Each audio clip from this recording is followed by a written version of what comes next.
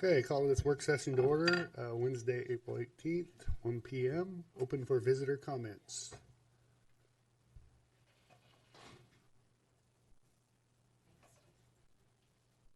Hi, I'm Mitzi Ponce from Tuesday's Vendor Mall, and I wanted to talk to you today about our ferry door because we're really excited, and I wanted to share with you how excited we are as a business to have this opportunity to draw new visitors to town and how we're participating. So this is a three-person effort. One of my vendors is a contractor here in the city, and the other is an artist.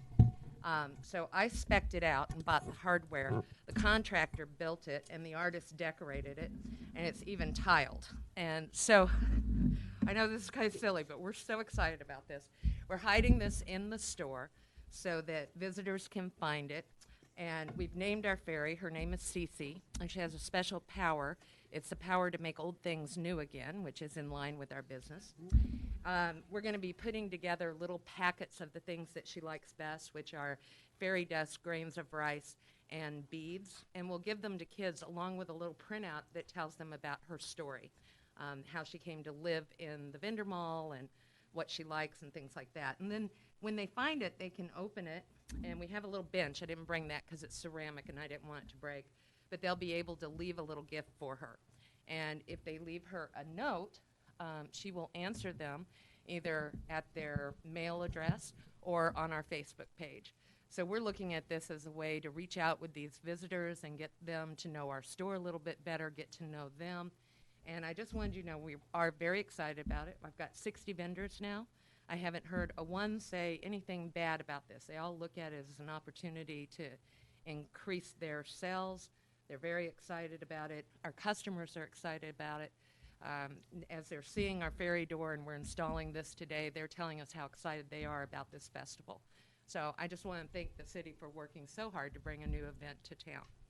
Boy, I like that idea of taking old to new. Do you have one about 6'4" wide?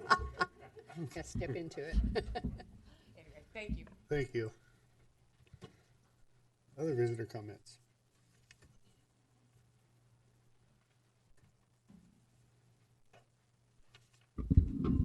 Steve Topaz, St. Helens Street. A question, mainly for Keith. Being a small town, rumors are great. The rumor is that you're retiring from the council. Is that correct? Sometime after the first year, yes. Okay. So you've made a public statement that you're retiring, and being after the new year means the council will appoint your replacement rather than election. Yes. So you're going to be here basically a fourth of your term. Well, it's a fourth for 4-year term. It's a half of remaining term. Okay, that's all I needed to know. Thank you. Thank you. Other visitor comments? Okay, I think I'll call you up, Chuck. Yep, up, Chuck. Thank you, Mr. Mayor. I've got some people that have run. I'd like to have them come up with me, and I'll introduce them. So I've got Harry Delgard. He's with Travel Portland. He's the Travel Oregon. I wrote Travel Portland here. I don't know why I did that. He's with the Regional Cooperative Tourism Program. He's a statewide manager. And then Amanda Lothian. Amanda was one of your students, I understand, in tennis in high school.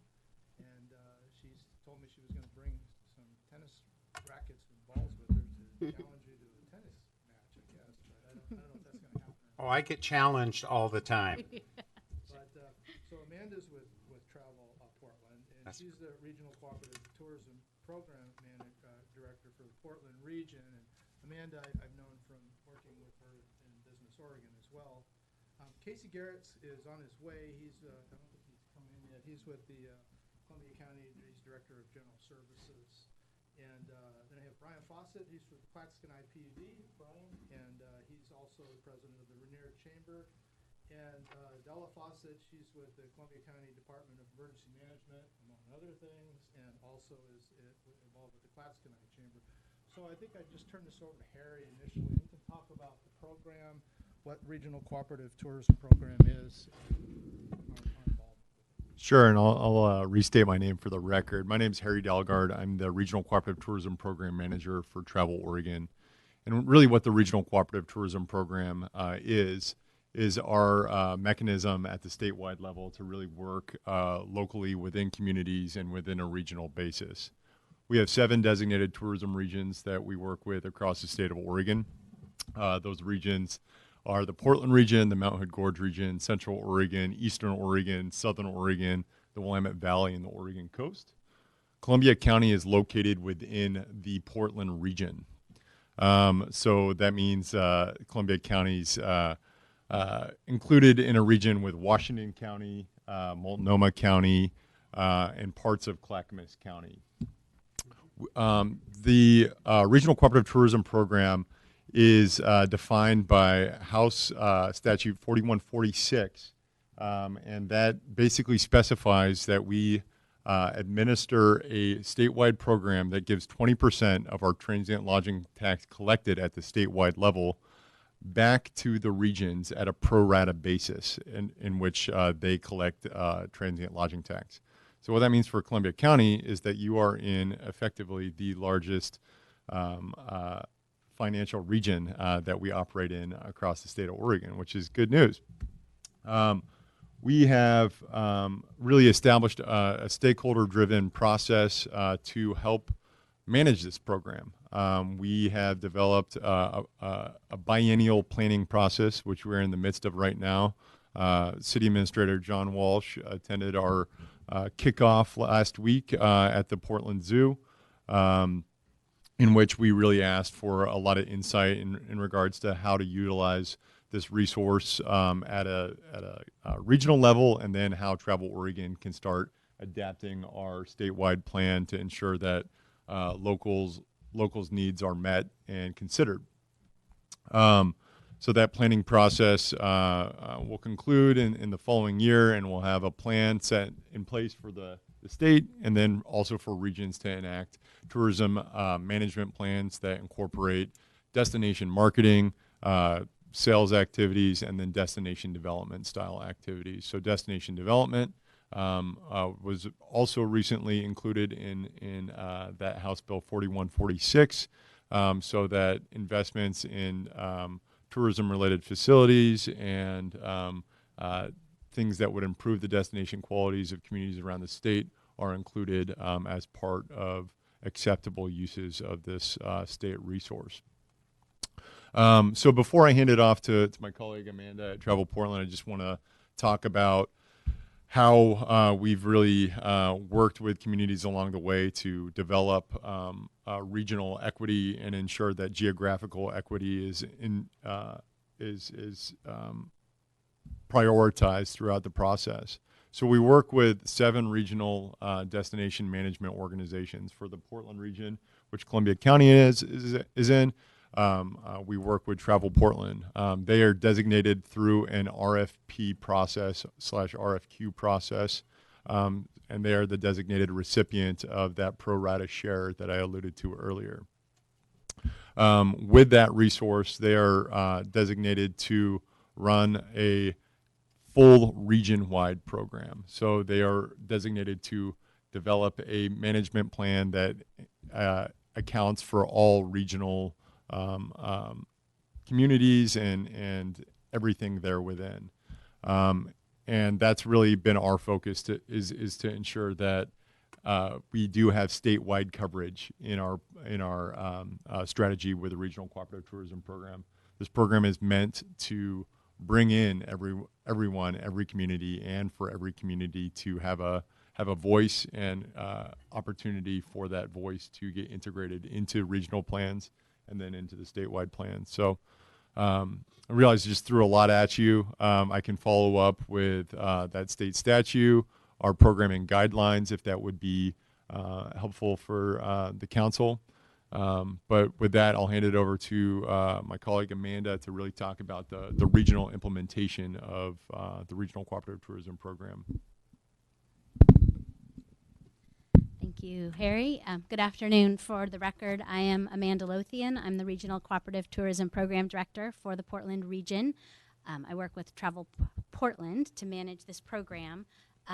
But as Harry just explained, I'm sort of in this in-between because I work out of Travel Portland, but really my responsibility is to work with all of the destination management and marketing organizations in the Portland region to carry out this plan of work to develop tourism assets for the region and to help promote the communities covered within the region from a tourism standpoint. So Mayor Scholl and Council, the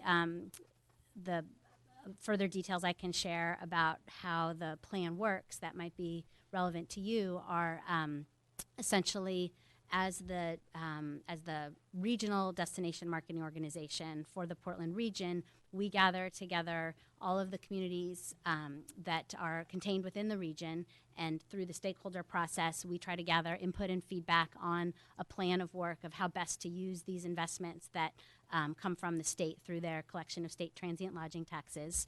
That process, as Harry explained, has included in the past a statewide survey that Travel Oregon runs, as well as in-person stakeholder gatherings where we present some of the components of the plan, and then we gather input and feedback from hoteliers, tour operators, restaurateurs, breweries, basically anybody who has the potential to be a part of the visitor experience when they come to the Portland region.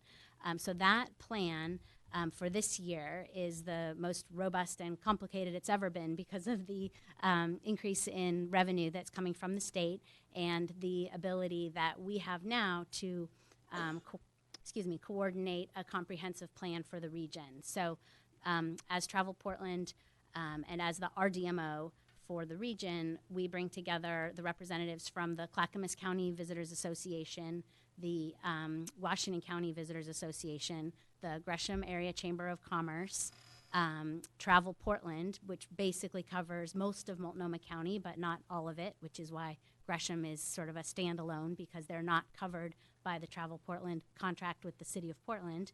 And then we're also expecting to be able to work with Columbia County as well to bring in as many communities from Columbia County as possible into that planning process and also then into the implementation of the plan, which can include anything from investments in destination development assets, which are things like building up trails or wayfinding signage, improvements to make the downtown more beautiful, to attract people to your Main Street, any variety of things. But the important part is that those projects and those priorities have to emerge from the communities themselves. We're not going to decide it for you.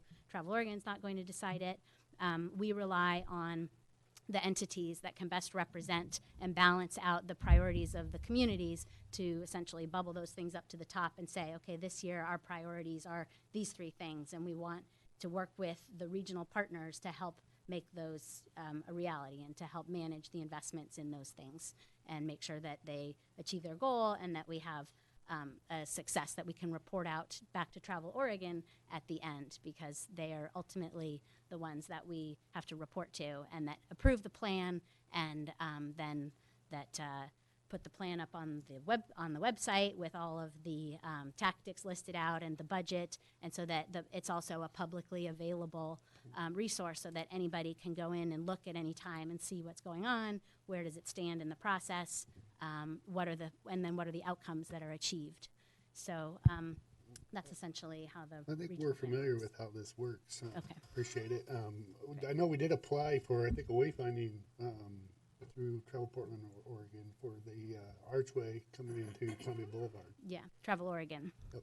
Yeah. That would have been through a separate process. This is our grants process, which is also mandated in House Bill 4146, that we instituted 10% of our transient lodging tax to a competitive grants program. So you guys applied and did not receive those grants.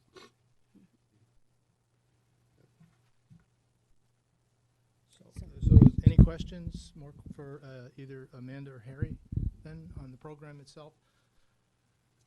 So, so we'll talk a little bit about, at first I think I wanted to go ahead and give some time for Brian and for Della and maybe talk a little bit about what each of the chambers is doing and some of the changes that have occurred in the chambers over the last few years and direction that you guys are moving in. Yeah. Good afternoon, Brian Fawcett with the Rainier Chamber of Commerce. within the last 2 to 3 years, we've kind of recently been reinvigorated and updated our mission and vision. And part of that includes pursuing economic development opportunities as well as tourism opportunities. So I won't get into a whole lot of details about what else is going on, advocating for business and that sort of thing. But we were very interested in this process and furthering our tourism potential. Feel there's a lot of potential in North County, and we would be interested in joining up and helping push this forward. Hi, I'm Della Fawcett. I'm the president of the Clackamas Chamber of Commerce, and we have kind of gone through the same regrowth process. We recently updated our strategic plan, and we've identified tourism as one of the main aspects of that plan.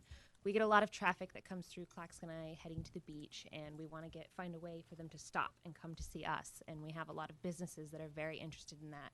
And we've started to see a growing group of business owners in Clackamas that want to get behind these efforts to grow tourism in our community. And they're very excited for not only this opportunity, but the fact that the chamber is starting to get more involved in that as well. So we're looking forward to utilizing this and growing over the coming year.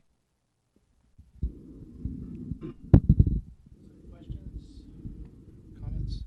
So I want to talk a little bit about my involvement in this program and kind of where we are in the program. So this is really a new program. It's July 2017. We're at the beginning of this whole process, and we haven't meant to exclude any or overlook any partners. St. Helens is being brought in really right at the beginning of this process, and as you can see, the objective is really to broadly represent the county, have as many stakeholders participate in this process as possible. So the amount of money that we're essentially talking about, I think there's about $2 million over the biennial, the 2 years that's been allocated for the region. It keeps changing. The number keeps increasing. But of that $2 million, 60,000 has been designated for Columbia County. And so that investment in Columbia County is really greater than the amount of statewide room tax that's collected within the county. So we're actually, this is new money that's coming into the county that hasn't been coming into the county before. So when I was approached by Amanda on this, they were looking for a countywide entity that could help facilitate the process. And I thought about what we did in terms of getting Keep It Local Columbia County launched, and I thought this would be something that our organization could do. So we're a responsible fiscal agent. We work with Colpac. We have an agreement with Colpac, and they can be accountable and transparent, and they will handle the cash on it. This topic was discussed at our last CSET board meeting in February, and the CSET executive committee supported our involvement in this. So given that tourism is a big component of economic development, and all the statistics indicate that Columbia County is last among all Oregon counties in terms of per capita tourism dollars and revenues. So there's a lot of low-hanging fruit here. So the goals of this investment from Harry and Amanda, the things that they've been wanting to, what they would like to see with this fund and how they'd like to see this money used is an identification and engagement of stakeholders countywide. And there's been already a lot more interest in tourism than there has been in years past, just given the number of representatives that want to attend the Travel Oregon Conference in May. We have people from St. Helens, Scappoose, the county itself, the Rainier Chamber, the Clackamas Chamber, Keep It Local, Cycle Columbia County. They all plan to attend the tourism conference. So one of the goals of this whole objective here is to get buy-in from all the stakeholders, identify the stakeholders, create excitement among the stakeholders, and get a secure commitment from them to participate in this process. So the question is then, who are the stakeholders? And I think that was part of really what we were going to have the consultant do in cooperation with the absolutely known stakeholders, the city of Scappoose, the chambers, the city of St. Helens. Initially, the stakeholders were going to involve the chambers, Rainier, Clackamas, Vernonia, South Columbia County, the municipal governments, St. Helens, Scappoose, Columbia City, Rainier, Clackamas, and Vernonia, Columbia County itself, the Port of St. Helens, who has a tourism component to their mission, or should, private venue operators, and I really think that's the key to success. Next Adventure, Vernonia Springs, the motels, the museums, they're all important to have them involved in this. So that was really the first part of what we were going to do with this process, was to really go through a methodology and a really comprehensive identification of who wants to be involved with tourism within the county. And then from that, we would talk about and look at what kind of governance structure, if any, needed to be developed from this. So we would look at a mission and a vision. There would be a structure and a participation that would be determined through the stakeholder process. It could be very, very simple, or it could be more complex. We don't have a predetermined outcome. The outcomes may include the creation of a Columbia County Visitors Association. It may be a Columbia County Tourism Board, or an ad hoc or a formal board. It could be a formal designation of the City of St. Helens as the Columbia County Destination Marketing Organization. We have no predetermined outcome in terms of how this could evolve. The stakeholders would all have a say in that. Another task was to update the asset map to look at the countywide tourism assets. With each community participating, there's attractions and venues in every single community in the county. And then from that list, there would be a meeting of the stakeholders to prioritize which tourism activities or venues would be given the higher priority. And as a region, as a county, we would look at the priority list and then support those applications for the Travel Oregon, the grant program that we were talking about a little bit earlier. So that's kind of what's been my involvement with this, is to try to facilitate the process. So any questions or comments? Well, I just have a comment. When I came on to council in 2006, we had a tourism board intact. And it meant monthly, I believe. And the person who oversaw that tourism board was sitting down here at the end of the council bench, and that's Mr. Keith Locke. And he sat on that for I don't know how many years, but he can tell you. How does that existing tourism board and all the things, all the issues that dealt with tourism throughout my tenure, which is my 12th year, how does that dovetail into this new aspiration of what's happening with tourism in our county? Because that's new to me. It's like brand new. And what we've been working with is an existing program that's in place. It's functional. It's very effective. And so I'd like to know how that dovetails with your regional management kind of issue. And you have other cities like that would be in conflict, or is it all just No. copacetic? Yeah, so I'll respond to that. In terms of how these resources can really augment what's going on with the 2007 tourism plan that Travel Oregon commissioned, I think is something that can be really additive. You have a solid plan that was established in 2007. And to my understanding, that plan has been successful in taking you a long way. You have some signature events. You have some really amazing assets in your waterfront in downtown St. Helens that can be improved. And these funds can be used to update that plan and to update and really bring it into the modern times in terms of how to develop additional accommodations. When that plan was developed in 2007, VRBO was just really picking up. Airbnb wasn't a thing. And if you look at the accommodations opportunities in Columbia County, the prospects of getting a hotel here or a boutique hotel are on your horizon. But how can you also augment your overnight accommodations which will help in turn really keep that local spending with your signature events and that local economic impact here within St. Helens and Columbia County. So I see the implementation of these funds as being additive to really the framework that was already established.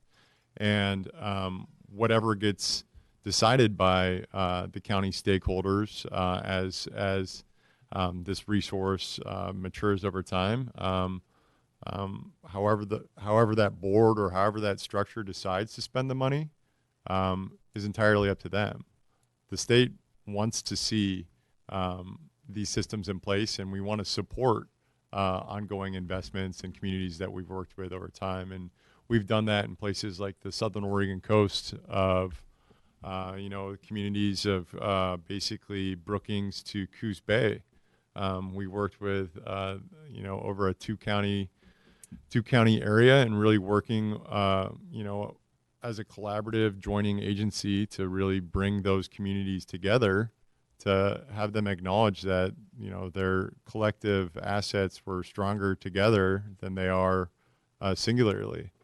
And I think if you take it from a visitor's perspective, looking at the Highway 30 corridor, a visitor from the UK or Germany or from Japan is going to have a hard time differentiating products. So I think over time, you can work on those types of things and really make further investments in the framework that's been established and really, bolster what's already on the ground here. But to get there, what we want to see is collaboration and cooperation on a countywide perspective. Help me connect the dots. Sure.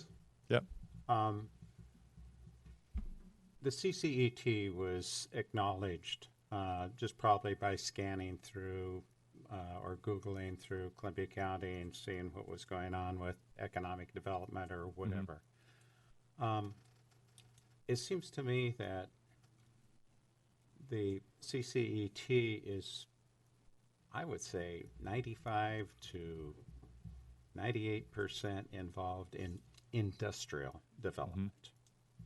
And so my question is, what does that have? Why would that be the management magnet? And why would that group deal with tourism? And what's the expertise with industrialists with tourism? Whereas in other aspects, a group like St. Helens, I mean, we've been doing that for a long time, and it seemed to have everything in place. So that's just the nature of my question. Can you field that by chance? So I can talk a little bit about that. This is almost, in my mind, a classic case of no good deed goes unpunished. And all we were really trying to do is facilitate this process. I feel like we're a foster parent that's trying to help a child find a good home, and that home could be St. Helens. But I think we can't truncate the fact that we have other stakeholders in the county that need to participate in this process. And at the end of the day, if all this, the resources and the expertise and all the success from St. Helens can be transferred throughout the county to the other entities, I think that has to be done through some sort of agreement with the other stakeholders rather than just a designation of one entity. So the search, the reason that I'm here is because I knew Amanda from another life, and that we talked a lot about what opportunities there were in terms of Travel Oregon and funds and coming into the county and helping and assisting. And so that's the only reason that I got involved with it. And personally, though, I mean, I'm not trying to justify my existence, but I have a tremendous amount of experience in tourism. I spent 12 years in Cascade Locks. That's all we had there. I know that there's communities in the county Vernonia, it's a very difficult environment to do economic development, any kind of conventional economic development. They have so many obstacles for attracting businesses there. The tourism is really what is going to help drive that development of economic growth up there, in Clatskanie as well as St. Helens. Scappoose probably not. They're not as interested in it. To some degree they are, and some degree they're not. But I wanted to talk a little bit about options and what other things there could be besides CSET. And so Casey Garrett, I think you know, he's with the Columbia County. And Casey and I have been working together in collaboration on a project up in Banks. And the Banks project is really the connection between the Banks-Vernonia Trail. And we see that in Banks is kind of this center of trail development within our region. It's unbelievable how many trails are connecting to Banks.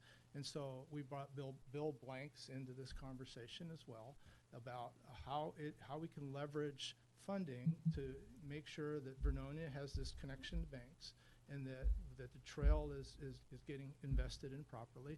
Travel Oregon is sponsoring a workshop, a studio workshop, through money that was given to the Washington County Visitors Association. So there's all these connections that are kind of flowing, that we're reaching out and leveraging these connections and using that as a vehicle to drive funds for tourism type of developments, trails and other sorts of things. So I'll let Casey talk a little bit. Casey and I have had some discussions about. I just have a possibly- comment I'd like Sure. to make while it's all on my mind. Now, we do pay CCET money annually to bring industry into St. Helens. Yes. Is that correct? Yes, sir. Are we the biggest stakeholder minus the county? Absolutely. Yes, okay. And then to make it noted to Travel Oregon that our little tourism dollars do get back to Oregon in a whole.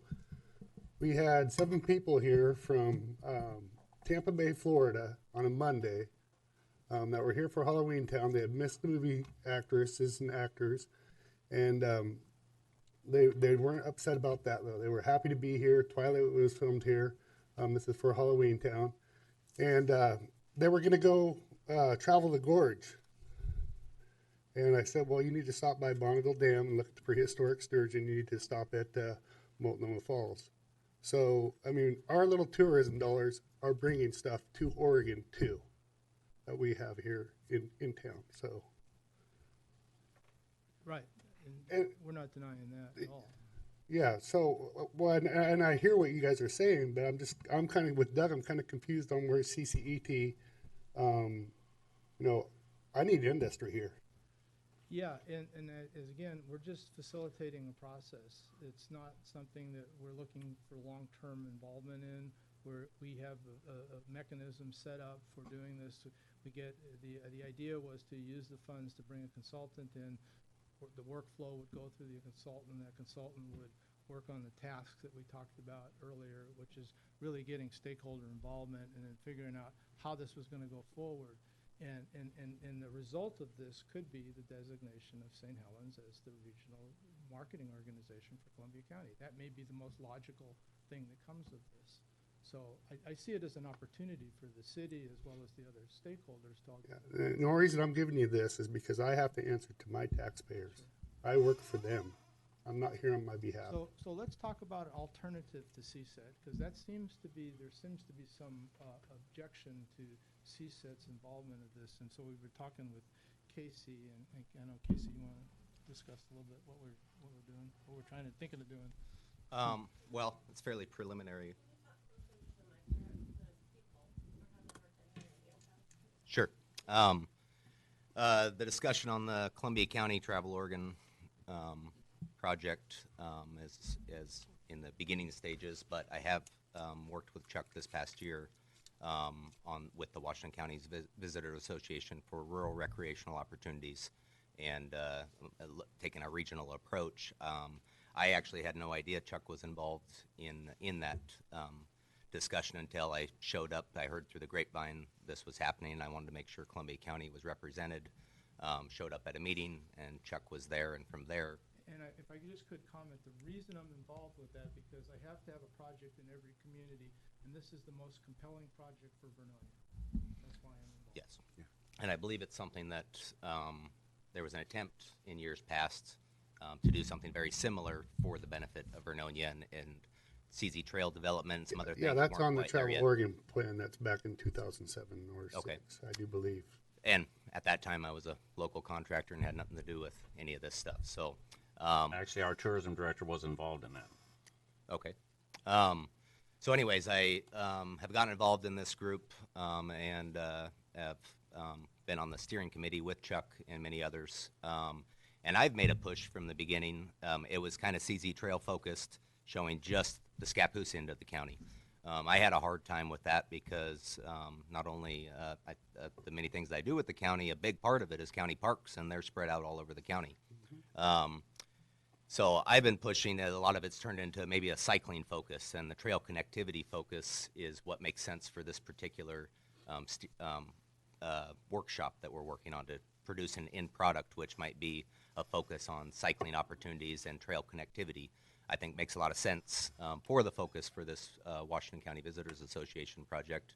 But I still had a hard time just saying CZ Trail's our only asset. We have cycling that goes down the Highway 30 corridor. We have the Century Challenge.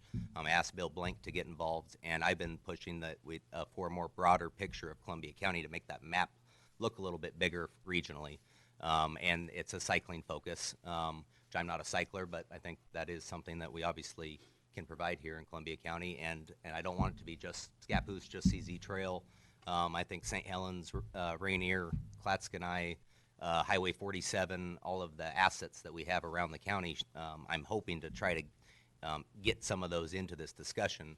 And then throughout these discussions, Chuck, I think just by circumstance, since we were meeting discussing this stuff, I'm not sure exactly how that started, but he had made the extra effort through the contacts that he had to use that momentum to have a little more of a Columbia County focus.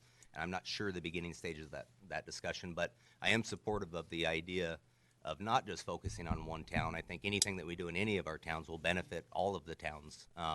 People coming into our area, Scappoose is great for certain reasons, St. Helens is, but we have a whole lot more to offer, and I'd hate the focus to be just one area, and I think everybody should be involved in And we this. agree with that. Kathy, I guess what? Go ahead. So Did we not develop a Columbia County bicycle There was one. brochure? yes. Yeah. We developed one years ago. And, That's and great. that's what I just wanted to state is that what I know from the staff is that we had a plan drawn up. We've been trying to follow it to the best of our ability in our area, and of course doing a few things outside of the area. And we understand that everybody should be involved, and they were asked to be involved, and nobody grabbed it and ran with it. And we have actually been doing it, and we were the last ones to know that this was really going on, and we were like the biggest stakeholder. So we were a little bit thrown back by what is going on here, okay? And I gotta apologize to Chuck. We're doing budget right now, and we're stuck at $1.90.8 per thousand. And Scappoose gets 323, and we have lost industry, and we are feeling the effects. So that's I'm apologizing. That's where we are in the middle of budget right now. So and we need industry. Yeah, and I know that that's a different issue. I'm hopeful that you evaluate that based on other criteria. But I think this is an opportunity. This is what I'm looking at this as, an opportunity. And we need to have the city of St. Helens involved in this process. And it has to be a process that is collaborative and participatory, and you guys can really contribute a lot to driving home tourism countywide. And this is an opportunity to It's the only thing we got right now. well, it's a big thing. It's the only thing we got. We don't have industry. It's absolutely economic development. I totally agree with that. And so we're hopeful that we can get some resolution of this whole process right now, so we can proceed, get these funds, get some commitment, get some momentum, keep the momentum going, so that we can keep this moving ahead. And right now, it's stopped, and that's kind of. I started here because of tourism. I've been following this. I've been working every day at Halloween Town for the last 3 years. I hate Halloween now. But the one thing that I can tell you is, being somebody that's native of the Columbia River Gorge, and I think of all the recreation opportunities that are missed in Columbia County, that people that are not from here don't even know they exist. And the city we can do everything we want, but we can't go improve Prescott Beach. We can't go work at Camp Wilkerson. But it would be awesome to have those as assets in our toolkit, because that turns a Halloween day into a Halloween 4-day weekend. And I think that the more players we have come into the team is all good. And I'm just so happy to see Travel Oregon, Travel Portland, see the county here, and Chuck, to see Clatskanie. This is just so awesome to realize that we're stronger together. And I don't think it's the St. Helens show. I think we're a regional answer to, quite honestly, what happened at Eagle Creek last year. We just need to look at, we have, millions of people coming to Oregon, and it's our chance to kind of step up and say, hey, we got a place that didn't burn down, and we got a place, lots of outdoor recreation you can do here. There's so much to do in Columbia County. There's tons to do if we just work together. I think that beginning those partnerships and those relationships and kind of bringing those silos down and working together is the right way to do. So I don't think I can say it any better than Jenny did, but I agree. I'm anxious to see the countywide collaboration. I'm anxious to see countywide assets focused on. I want people to be aware of everything. We're all we have stronger here. together. So just saying that, we actually started out because we knew Travel Oregon, we needed to act as a county. We actually named our commission Discover Columbia County because of that. And we also invited all of the other cities to participate. Yep. This was several years ago now. We did have a few comers, and they participated in 1 or 2 meetings, and then it was the old thing around here, what do we have for tourism? There's nothing here. Nobody believed in tourism at the time. And so it went on, and then the other little cities go, oh, this is all St. Helens. They always get everything anyway, so we're not even going to participate. There was a few that still participated, some and whatnot, but we lost them. But we still tried reaching out whenever we could to include them and whatnot. So just saying that we have done this. We've gone down the road. Does it need to be relived? Yes, absolutely. yes. Yeah. So- Can I respond to that real quick? Yeah. Yeah, and we're super thankful for all the work that's been done in South County and getting us to this point. And we by no means we're trying not to acknowledge that work that had been done. And volunteer fatigue is a very real thing. We deal with it across the state in terms of developing tourism within tourism action teams and development groups across the state. And all I can say to that is it's a much different economic dynamic now, and we're more financially resourced than we have ever been in the tourism industry. And there's money on the table right now via the Portland region. Travel Oregon has more capacity to help out with marketing, not necessarily sponsorship of events, but like getting events set up into our websites. We have city pages specifically to integrate. We looked last time I was here with Mayor Scholl. We looked at St. Helens city page on Travel Oregon, and that needs to be built out. Same with Scappoose. So there's a lot of opportunities that are free to no cost opportunities, free and no cost opportunities for St. Helens to participate. We just need to reinvigorate that engine and really get it moving again. And same goes for the rest of Columbia County. The opportunities are there. Mayor Scholl also talked about the grants-based process. We're opening our medium grants in the upcoming year, in the upcoming months to add additional resource potentially to Columbia County. So How much of that's going to be going for the world competition? Because I know that's coming up in Eugene. I mean, I To what? understand that that's probably going to be pushing a lot of tourism dollars towards the world competition. Oh yeah, the track and field Yeah. world championships in So, I mean, 2021. Where are we going to fall on those lists? Well, I mean, okay, are so we there's gonna- 3 tiers of grants. The large grant is obligated to track down 2021 for the next 3 years. That's a large signature multi-regional grant. So that grant source is obligated, but there's 2 other tiers of grant funding that are open and rolling. And the medium grant, which is up to $100,000 investment and a lower match than the large grant, is opening next month. The small grants will open at the start of the new fiscal. So those grants are up to $25,000. and those have an even smaller match, local match. So there is a lot of resource in the system that didn't exist in 2007. So if your tourism efforts are reconfigured and a little gas is put into the tank, we have more resource now to be a funding entity that we never were before.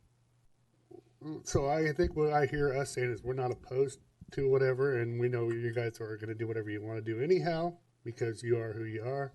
But we are a key player. We want to definitely just want to be part of the We team, want to have that's some all. input in it.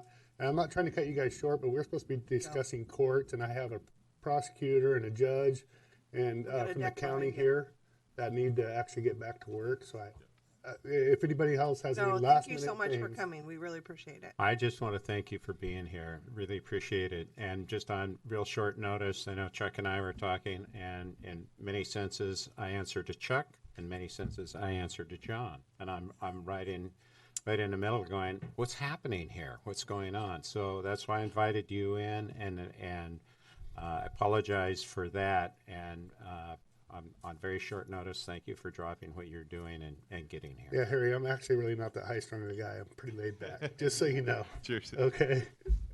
Just every time we meet, it's like this. So I look forward to having Thank lunch you, with counselors. sometime soon. John on the resolution and the path forward. Is that where we're at? More conversation?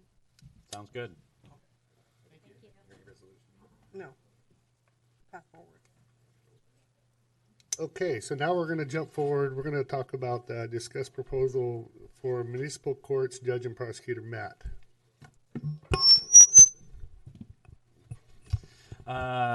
So the council is aware that last Friday the RFPs were due for the judge and prosecutor for the city of St. Helens. We received 4 RFPs for the judge, 1 RFP for the prosecutor. And I should also inform the council as publicly that you obviously know that our prosecutor that we had did resign as of last Friday. So as of right now, we do not have a prosecutor. So at the time when we talked, we had discussed to go ahead and wait for the RFP, see what kind of feedback or RFPs that we got back, and then we would have a discussion as we have been discussing this past year and a half or so of how to continue in what aspect for the court department, whether that be continuing criminal and traffic, doing just traffic, or doing nothing at all. So I have a few notes that I can go over as far as if you decide that you do want to move forward with just doing traffic or just doing nothing. I do have kind of a somewhat whiteboard explanation of how things would be undone in the time frames if you would like me to go over that. Yeah, I would like to hear. I know we probably got these guys here for some testimony. And I'd like to Correct. get I'm their sure they'll testimony have first. plenty of ideas Yep. and things they want to say. Because this has been a hot topic for a number of years. I just come in and it's been draining the city for a long time. Courts cost money, a lot of money apparently. I'm familiar with that, but I've found out in the last year that at least the way we run it, it cost us a substantial amount of money. So, and we've tried looking at other avenues, and we have closed the gap, but we're still losing money, right? So can we hear from our visitors at this point, or do you want to go through all? It's up to you. I wouldn't mind taking probably 5 minutes just to kind of explain how many cases we have, what our process would be, and Great. then Right. you can hear Yep, their they probably feedback hear and that. opinions about everything. Is that okay? Yes. Okay. So on our criminal cases, I'm going under the assumption that the council would move forward with just doing traffic, and then would move criminal cases over to the county. So on that assumption, we have roughly a little over 300 cases per year, just for a frame of reference. The ones that are currently filed and pending, our judge that we have right now could dismiss those cases without prejudice. What that specifically means is that without prejudice means that it could be refiled by the DA or someone else if they choose to, as long as they are within the statute of limitations. So like a misdemeanor, for example, most of them are about 2 years for a statute of limitations, give or take a little bit. So the DA or whoever over there at the county would have the option of refiling those if they choose. The ones, we do have some cases that are filed and are technically negotiated. That would be between the defendant and our past prosecutor. They may have just not been able to go in front of a judge yet for the judge to approve the negotiation. So those items could still move forward with our judge. We do not have to have a prosecutor, from my understanding. If those are already negotiated and somewhat agreed upon between the two parties, they would just have to be approved by the judge. We have a fair amount of DUI diversions. That is usually a 1-year process between everything that they have to do and pay. I would anticipate us keeping those to make sure that they fulfill their obligation within the year. Most of them do. The ones that would not would just be sent to collections if they fail to complete their process within the year. There are also probation violations that fall under the same category. Continue with them as they kind of continue to work out through whatever requirements that are required for them. And then if they fail to comply or within the amount of time, they would be sent to collections. One thing that we kind of discussed briefly and just kind of thinking about it in the future was, obviously there's a transition time, and that's, from my point of view, that would be anywhere from 6 to 9 months as far as the transition time to move everything over, figure out everything that goes on. Being that this would be my first time going through a transition like that, and obviously with a new DA as well, there's probably going to be some questions and issues that come up along the ways. What I would suggest is possibly a work group, maybe of a couple council members, a couple members from the DA's office, and staff members to kind of meet on a regular basis to see where we are and work through that process. So that could be a solution to kind of bridge and come up with any solutions if problems do arise on either end for making the transition a potential. So that's all I had. Thank you. Thanks. Okay. Guess we'll hear from the district attorney first, because it's probably his line of work. I had a question for Matt. Mhm. Were you able to determine out of that 300 misdemeanors, how many of those were contempts for violation of a court order as opposed to a standalone offense? No, I did not have time to look at that. Were some of those 300 contempts, you think? A very small amount, I'm being told by my court staff. Okay. I'll go ahead and go first, although I know that the trial court will want to be heard as well. Obviously, they're here. But they know there's a different sort of impact on the court system on top of what the DA's office would suffer as an impact should the municipal court decide to close.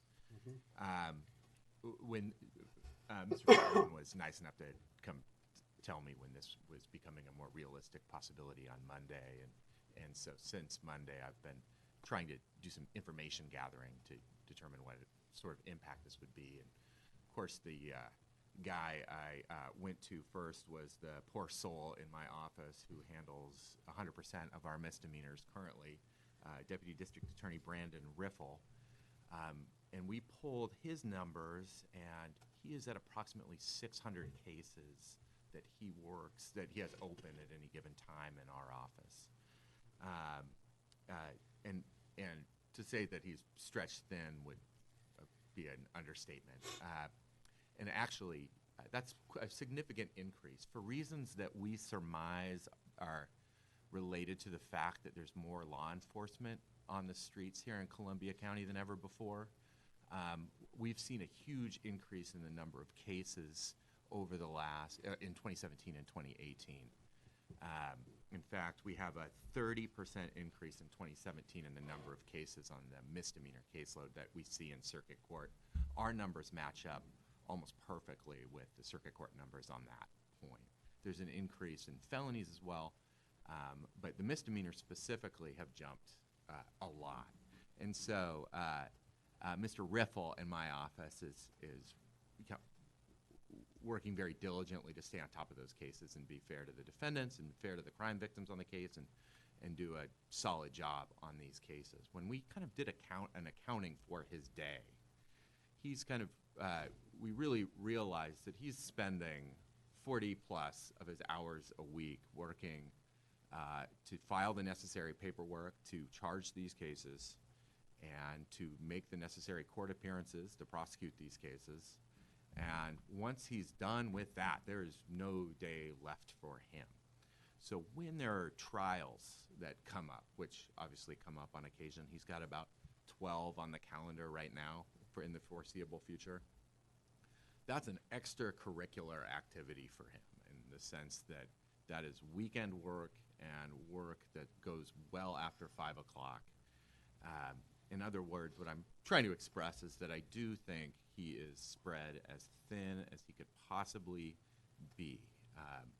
And therefore, if we had a situation where we were suddenly confronted with 50% more cases for Mr. Riffle, I think that we would be forced to try to hire someone else, except that I can assure you that the commissioners are not in a position to give us money for an additional deputy district attorney. If anything, they're looking at going in the opposite direction and cutting back the FTE for prosecutors in our office. And we've also, just with our commissioners, been asking our staff, asking for additional staff in our office.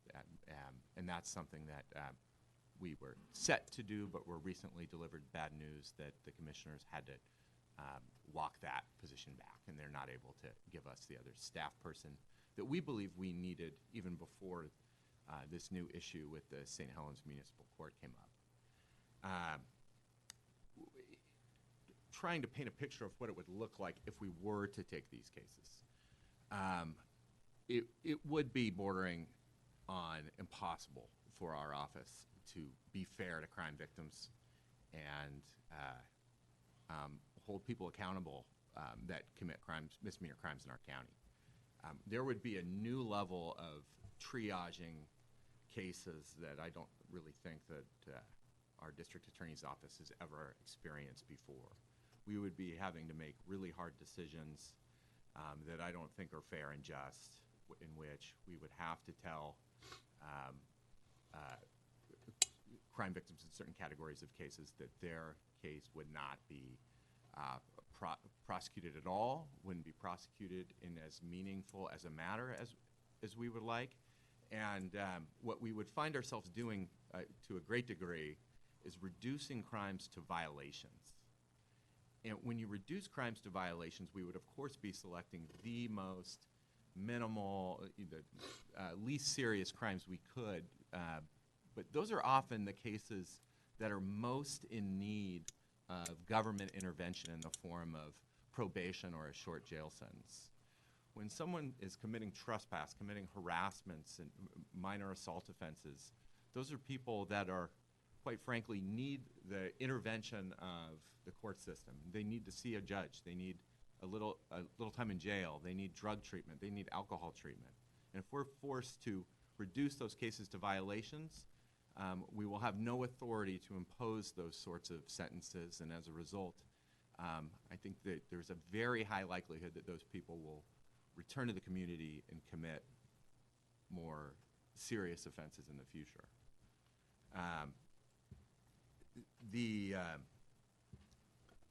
A couple other practical difficulties with this change, at least in the short term, that I just think I ought to point out is that with the pending case, it is correct, Mr. Brown is correct when he says cases that are pending in municipal court can be dismissed without prejudice, affording me an opportunity to re-review the case and file those charges in circuit court. That is a legal avenue. But of course, we have an ethical responsibility to not just take the word of the city prosecutor and charge the case without doing a thorough review ourselves. I think even on these sort of minimal cases, I think every case that's dismissed without prejudice will take an hour of our time to determine whether or not charges should be refiled in our office. Further, a defendant has rights to a speedy trial that are constitutional rights. And just because a case is dismissed and then reinitiated by our office doesn't mean that we'll ever be able to hold that person accountable, because in many situations, the judge will be obligated to dismiss that case because of the delay that came prior to us prosecuting the matter. I heard reference to the possibility of how you would treat failed diversions. I'm sure that the municipal court has a number of people who are on diversion, some of whom are going to not succeed, and it was discussed that maybe the best the response would be just turning that case over to collections. If someone is failing their diversion, it means that they didn't take their DUI conviction seriously enough to get it removed from their record. And it would be my position personally that those are people that need to be put on probation.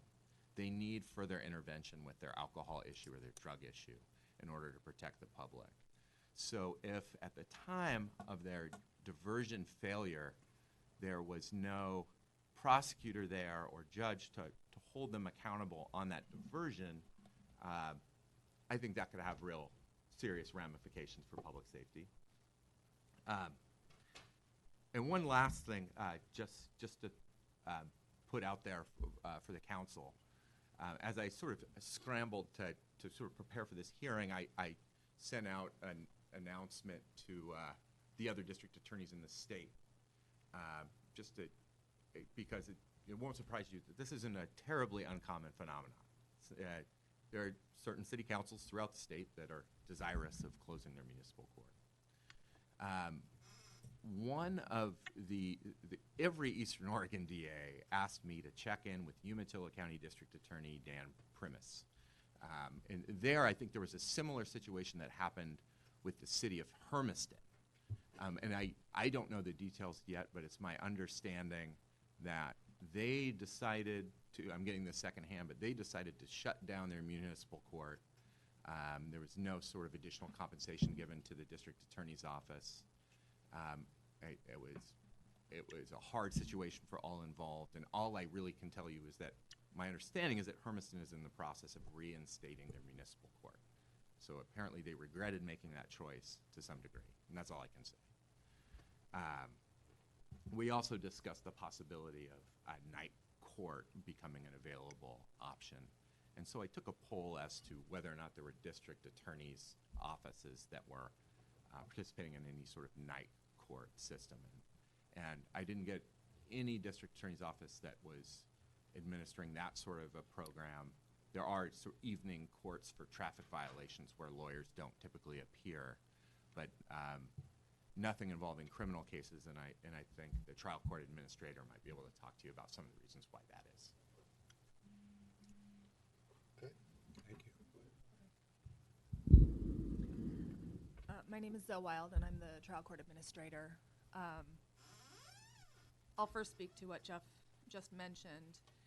We have a night court for tickets that we do once a month, and that's fine because there's officers in the court. They're not criminal matters. For misdemeanor, we would need security on site during the duration of night court. I could not have my staff present in the courthouse without a security officer on site, so that would mean someone from the sheriff's office would need to be there for the duration of the night court. And that would involve getting other agencies on board with this program. However, my responsibility really comes down to issues with staffing and time to disposition, case management, that type of issue. And due to the recent increase of about a 30% margin in criminal case filings, I have had to move my one full-time criminal clerk to a position and a half. And in order to do that, I had to eliminate a couple of programs we had, like our indigent defense verification and our family law facilitator position, which we were hoping to add, which would be a great benefit to the court and the community. And I cannot do it because we are having to accommodate these increased criminal case filings. If we were to take on these additional misdemeanor cases, I would need to be able to add approximately a position and a half. There is no budget with the OJD to add judges or staff. We are in a budget crisis as well, And right now, the OJD is scrambling to avoid cutting staff rather than adding staff. When I did find out, I did check with our budget people in Salem to see if there was any opportunity, any way we could work with this and increase our staff to accommodate increased case filings. And I was told that we are still in a position of potentially having to cut staff rather than add. So that is just not an option at this time. We are closed to the public on Fridays because we are already so understaffed. We cannot keep up with all of our data entry and our processes with the staff we have on hand with our current case filings. So if we were to add these case filings without adding staff, I would need to look at closing additional hours, which is not serving our community. And we would need to look at potentially no longer taking on certain types of cases, maybe working with sending them to Vernonia or simply eliminating them from our dockets. So we're in a little bit of a tight spot already, and the idea of adding this without being able to add staff is, I'm not able to see a way that we could accommodate that, and certainly not accommodate it and remain open or continue with our programs. We would have to look at things such as our treatment courts, which take up a lot of judge and staff time and are incredibly beneficial to the community. And I would absolutely hate to lose any of them, but I am going to have to cut something if I have to take this on, and we really don't have anything left to cut. So I'm not really sure how we could accommodate it at this point. I would tell you, our docket is already so full. We have Judge Grove's docket. He has no trials until August. Judge Callahan is booked out till September 18th, and Judge Grant is booked out till January of next year. We are already operating with a very full docket and a fairly long wait for a lot of things. Pretrial conferences are 2 to 2.5, 3 months out. There's already very little time on the docket as it is. The idea of potentially adding a judge, that's statutory, so we can't just add a judge. That's not something that's going to happen. It would have to go to the legislature. They would have to add a judge, and that has to be justified with population increase, case increases, as well as even having the room on the budget to do it. And the same thing is true with adding staff. It would need to be a policy option package that would go in front of the legislature. It wouldn't happen until the next biennium, and even then is very unlikely to be approved given the current state of the judicial budget in the state. So would you So the advise the council as to our employee to judge ratio, how it stacks up statewide? So right now, I have about 5 staff per judge. And the court that I came from in Southern Oregon, they have 9 staff per judge. So we are already operating at a dramatically reduced staff to judge ratio, which makes it very difficult for us to meet statutory requirements for case management, time to disposition, reports that we need to run, opportunities we need to offer people, and yet, because of the collaborative community in this court, we're still able to offer things like our treatment court program, and we've been able to make things happen with incredibly reduced staff. But we are already operating with anywhere from 2 to 5 fewer staff per judge than most of the other state courts. So why is that? When the state took over the county courts, they kind of froze them at where they were at that time. And my understanding is this community used to be, when the state took over for the county courts, this community was at a time of financial crisis, I believe, due to a logging issue. And so the court was already low-staffed, and they essentially froze all of the courts at the time. Sounds familiar. Yeah. So we've been stuck in that type position ever since then. And all that has happened, unfortunately, since the time the state took over the county courts, is that we've had a couple budget cuts. And what they do is they cut across the state. Everybody cuts the same percentage. They don't take into account which courts have more staff. they just make everybody cut the same 8% or 10%. So we've had to make cuts the same as everyone else, regardless of our initial staffing status. So I haven't taken a look at any of the budget spreadsheets, but where does your income come from?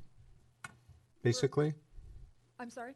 where does your where are your revenues come from to substantiate the court? Is there a percentage from fines? Is there, or do you know if there's what the breakdown is? We just get all general fund approval from the legislature, and I'm not sure how much fines and fees and other things that we take in are then distributed between the courts.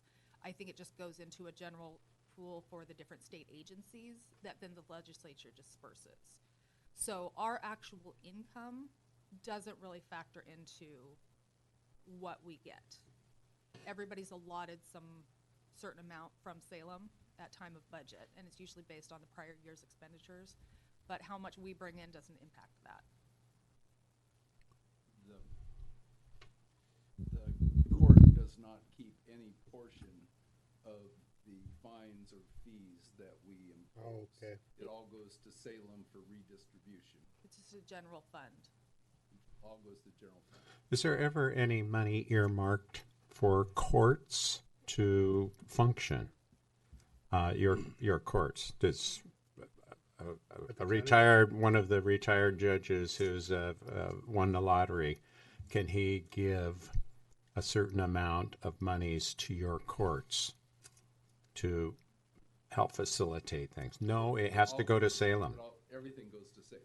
Okay. That would be lovely. Yeah, You got a lottery ticket in your pocket, Judge Grove? Bad example. I'm sorry. And unfortunately, the allocations just came out, and again, it's based kind of on our past expenditures rather than what we bring in. And quite frankly, this county, we don't bring in enough to offset what they give us. This is not a very well-off county. We don't collect a lot, and a lot of stuff goes unpaid here. So we actually, it's still a losing proposition. That's what we deal with, and that's why it's hard for us, because the criminal, more than traffic, most cities still do that. But the criminal is, we don't get paid, and then we're stuck. And every other city in the county, as far as I know, turns it over to the county, right? I mean, they do traffic only. Scappoose, Rainier, don't they? Scappoose does criminal cases. Do they do criminals? Okay. Yeah. They kind of outsource though and share more of a prosecutor and a No, judge. they go out for an RFP process just like we do for judge and prosecutor. So I will say that when we got our new prosecutor last time, when we were having this discussion last year, to kind of beat on what the DA was saying about dropping misdemeanors to violations, that was actually one of our philosophy changes when our new prosecutor came on board, that we were looking at as a opportunity to hopefully bring in more revenue for the court, make things go through the system a little bit faster. Usually when somebody gets dropped down to a violation, it's a rather larger fine to kind of make an impact on that person, to hopefully not make those mistakes again. But that was a philosophy change that the court department adopted to hopefully try and change. And obviously we've seen improvements in the revenue specifically from that. But that's a change in a question of philosophy among a specific prosecutor or a DA or officer, how they prosecute things.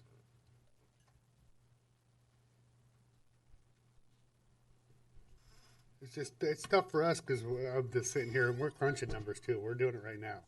On a $200,000 home, we get $382. Scappoose gets $646. That's the difference per home. The difference is $264 on a $200,000 home. Per home they get to run in their general fund and run out everything. Per home. You start going down the line and counting 264 at a whack. We're one of the lowest because of Measure 5, kind of what happened to you guys. It froze our taxes, and this is where we're stuck and have been. And industry was there, and now it's not, and that's why I apologize to Chuck, but it's where we're at. We're crunching numbers and trying to. I know we're the biggest city, but you Sounds look at like those we all numbers. need to head to Salem. Together. I'm free tomorrow if you want to go. We're not paying for the bus, though, right? Yeah. Can't afford the bus. Should have known when Randy said that the former mayor said his biggest challenge was balancing the budget. Yep. So. Well, if we can answer any further questions for you, let us know. We don't have to get called over. We can get on the phone or do whatever too. So. Okay. Well, I just want to say, as long as I've been sitting here, this is the first time I've heard this entire story. And, you know, maybe we should have been talking to Salem a long time ago. Because we're getting left out. Yeah, 5 staff per judge. That's not okay. And you're booked Well, out.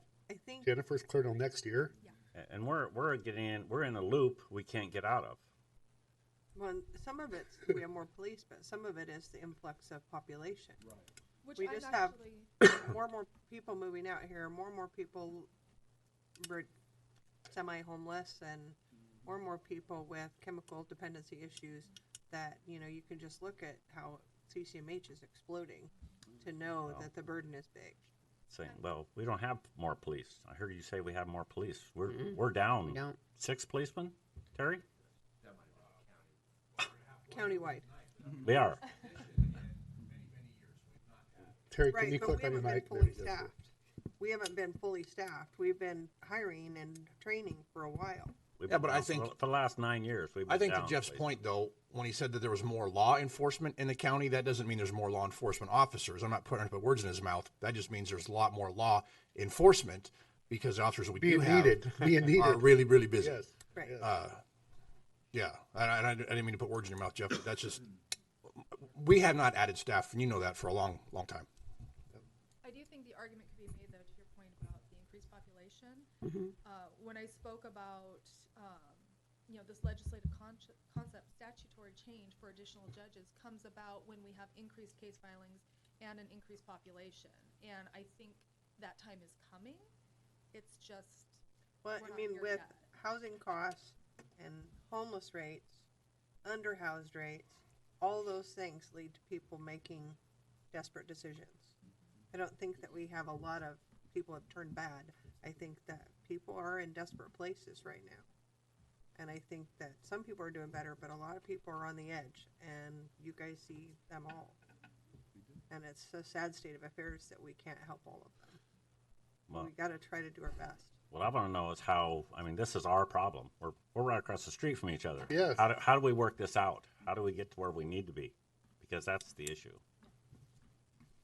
And get you guys where you need to be, not where you're at, but where you need to be. Because we're hearing that you guys aren't completely where you need to be by a long shot. I do have. I wonder what the average medium is for a judge per staff. I don't know, and part of it is we have fewer case filings per judge than the county that has 9 staff per judge. So Yeah, that yeah. balances out some of the difference, but we're still looking at probably 7 versus 5 staff per judge. Yeah. I did not that long ago meet with our new state court administrator and gave her an idea of what we were dealing with here. And she's newly on board, only a couple months in the position.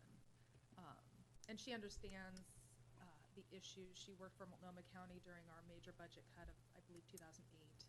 And I just saw the think impact of that. sometimes when groups rally together, they get heard more in Salem than a phone call. And then you're just trying to figure things out. Right. So that's why I think Keith is going with that. That's the other time too. And I mean, we deal with everything here because we're so far behind in everything we do. And are you guys, you know, the part that's getting left out? Probably. Lobby. It sure feels that way. Yeah. I have a question, and one of the things I heard you elaborate on very effectively is your staff is compromised drastically. And can you shed some light on your facilities? Do you have substantial amount of courtroom and office space and that kind of thing to work with? Or are you compromised in the same way as you are with staff, with facilities? We have a very small space that we're kind of crammed into, and then a couple other little people in other rooms, but it's functional. What we do not have is an additional courtroom, and I do hope and anticipate in the next, within, I don't know, 4 to 5 years, maybe we could add another judge, and we would need another courtroom at that time. We are on a list for potentially getting funding for a new courthouse in around 2025, if things continue as they're going. I've been working with Casey, who was here earlier, on some improvement for the courthouse using state funds as well as county funds, and then also getting on that list to hopefully get a new courthouse at some point in the future. Where are they planning on putting that at? Over by the jail. He already has a place in mind, and it would be good because it would eliminate the transport costs and the issues for the sheriff's office there as well. Right. So. Zip line. I'll mention that to Casey. That's horrible, you guys. No, just effective space, because I've been in and out a bunch of buildings over there trying to the building's not designed for the way we do business now. And I think you could be a lot more efficient, whether you have a full staff or less than full staff, a better facility could make everybody work a little easier. And ADA accommodation can be difficult over there as well, because all the courtrooms are upstairs, and the historic courtroom, of course, has no ADA accessibility, and then if the elevator is out, which has happened on occasion. So the long and the short of my question is that even though if you had additional staff, it would be hard to squeeze everyone in. It would. I have essentially one empty desk that I could steal, and one other place that I could make work. So I could, without doing any major overhaul of the space, add 2 people. Yeah. Thank you. Thank you so much. And what was your name again? Zoe Wild. Zoe. Yes. Okay. Thank you. Thank you. Thank you, Jeff. Thank you, Judge Grove. Yep. It's okay, you don't have to rearrange furniture.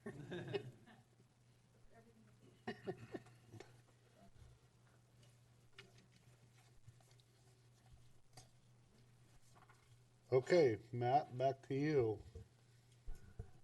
Are we still on court, or are we moving forward and We're having gonna move forward to get through the rest of the agenda. Let's move forward. I think we got plenty of stuff else on the agenda to move forward with, so. Let's just go ahead and get you a financial report while you're speaking. And then, We got IT. Matt's been waiting. No. are you charging us to be here? Come on up. Much quicker than everyone else. We only have a few things going on this last quarter. Currently, we're in the process of revamping the wireless to accommodate the new cameras that are going up and potentially others that might be around.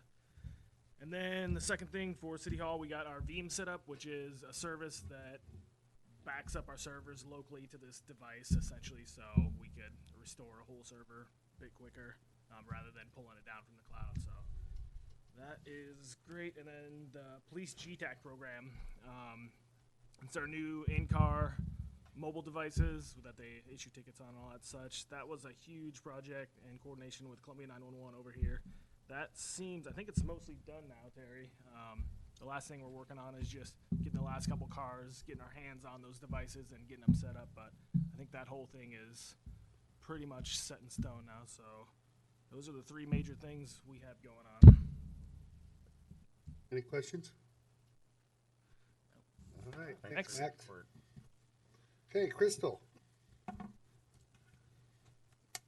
She's going to give us a communications report.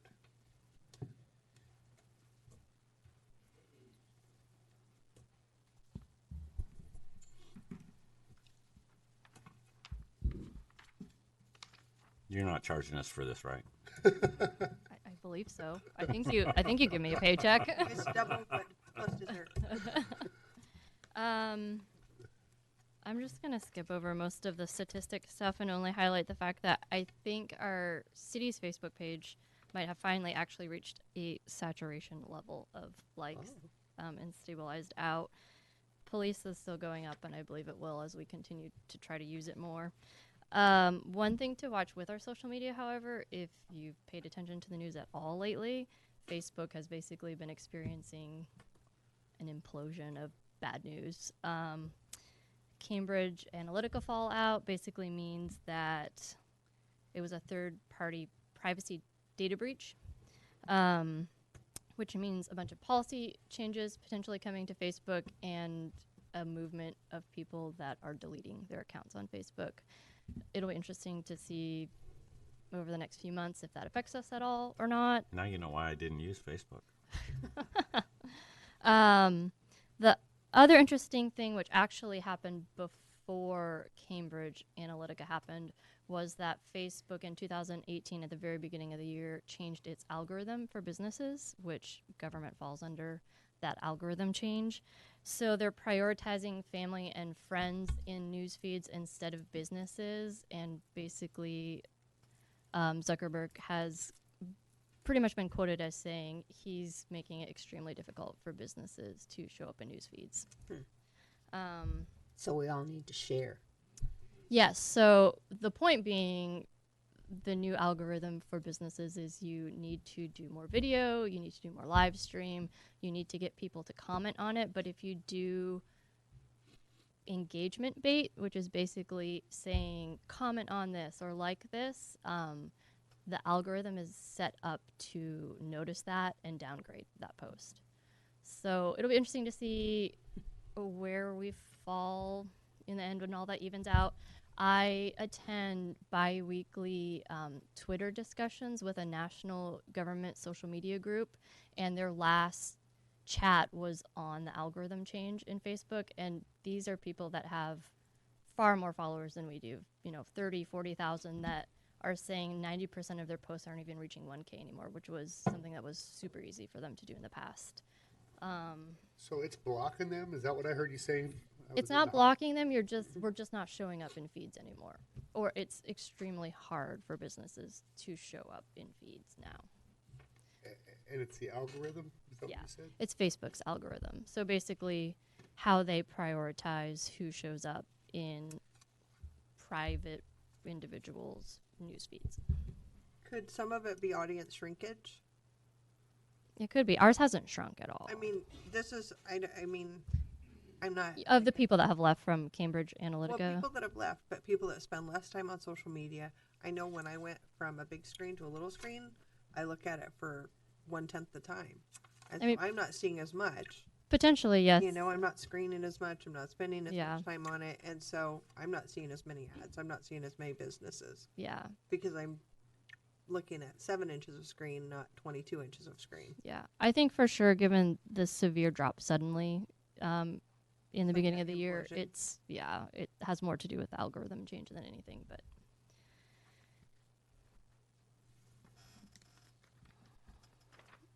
on to the activity highlight. We did have the Riverfront Connector Plan survey that just went out recently, and Jenny was telling me that we pushed it out on social media, e-newsletter, press release, Gazette, and we have, I think, over 400 responses from that first push for the Connector Plan survey. So that's actually far higher of a response rate than we've ever had before, which, for better or for worse, I think the timing of some stuff that was happening on social media helped maybe that survey response rate, but we got a really good response so far from that. I talked about last time that Karen Kane at the county, who's the PIO over there, was talking to some other PIOs in the county about getting a local group together again to have regular meetings, and we've set a small stakeholder meeting in late May, I believe. So that will be our first meeting to discuss moving forward with actually having regular PIO meetings. We just also announced the recreation program, which has been discussed at many meetings lately, which includes a survey that people can take, which I'll talk about later.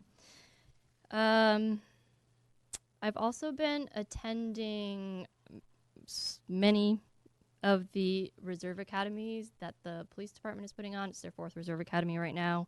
I've been working with Lieutenant Hogue on getting video from a lot of their hands-on stuff so that we can use it for promotion in the future when we want to recruit reserves. And then on the horizon, as was discussed in the budget committee meeting last night, we want to try to push that survey for the rec program and how people want to see funding opportunities happen. So I'm sure we'll be promoting a forum whenever that gets scheduled. I'll probably discuss with Matt any needs he has for promotions for the utility billing department so that they can hand survey info out to people there. And we had already discussed some more promotions on social media for that. We are already working on advertisements for tourism stuff that's happening. Tina's been working on attracting boaters back to our docks now that they're trying to address the transient problem. So we have created some postcards, drink coaster giveaways, advertisements that will be in Freshwater News that are coming out soon. I will be attending the next CIT training, which I believe is next week, and doing some filming for their scenarios with the CIT coordinator, Brianne Mayers, who plans on using it, I believe, for future classes that are outside of the scope of CIT, so that she has good video that she can use for her trainings. And then, because we've had Becky for a few months now and been able to train her, and she's a little more self-sufficient, I am working to coordinate some more department-specific work days outside of me being at City Hall. So I already sat down on Tuesday with Library Director Jeffries and the youth librarian Colderup to talk about what their overarching needs are for communications or increased communications at the library, as well as specific events they have coming up in the next few months. So we will be working on, in the next month, hopefully launching a dedicated social media account for the library on Facebook and Twitter. They have some event PR before and after stuff that I'll be working on, so hopefully attending more of their events at the library and helping to streamline some of their promotional materials, and then working with them due to their increasing staff changes all the time and needing to train. They haven't been able to do some of the promotional stuff that they normally do, so I'll be working with her to get some of that stuff back up and running again. I have a meeting with Chief Moss on Thursday and Lieutenant Hogue on Saturday to discuss what we can do for the police department. And then I will be getting together with Operations Director Shepard and Engineering Director Nelson after those meetings to see what capacity we have left. That's all I have. I have one more question. Yes. I didn't know about this, just in general, about social media.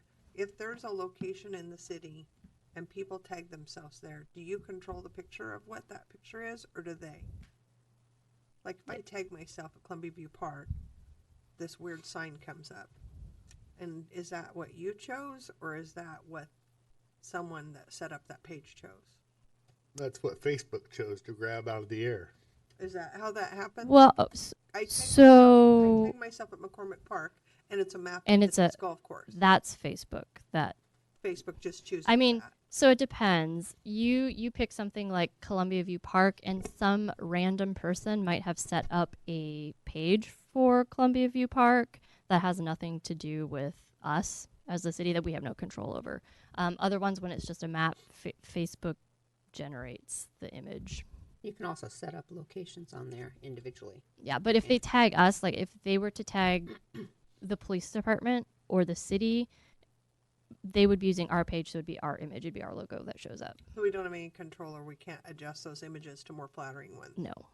Okay. Well, no, it's like it's not the best representation of some of the spots you go to. Oh, yeah, Try to tell somebody where you're going to have an event. It doesn't look like a place you could have that event because it's a picture of a sign and a dock. I have seen some of those before, and I agree. Okay. I just didn't know if we had any control. No. That's all.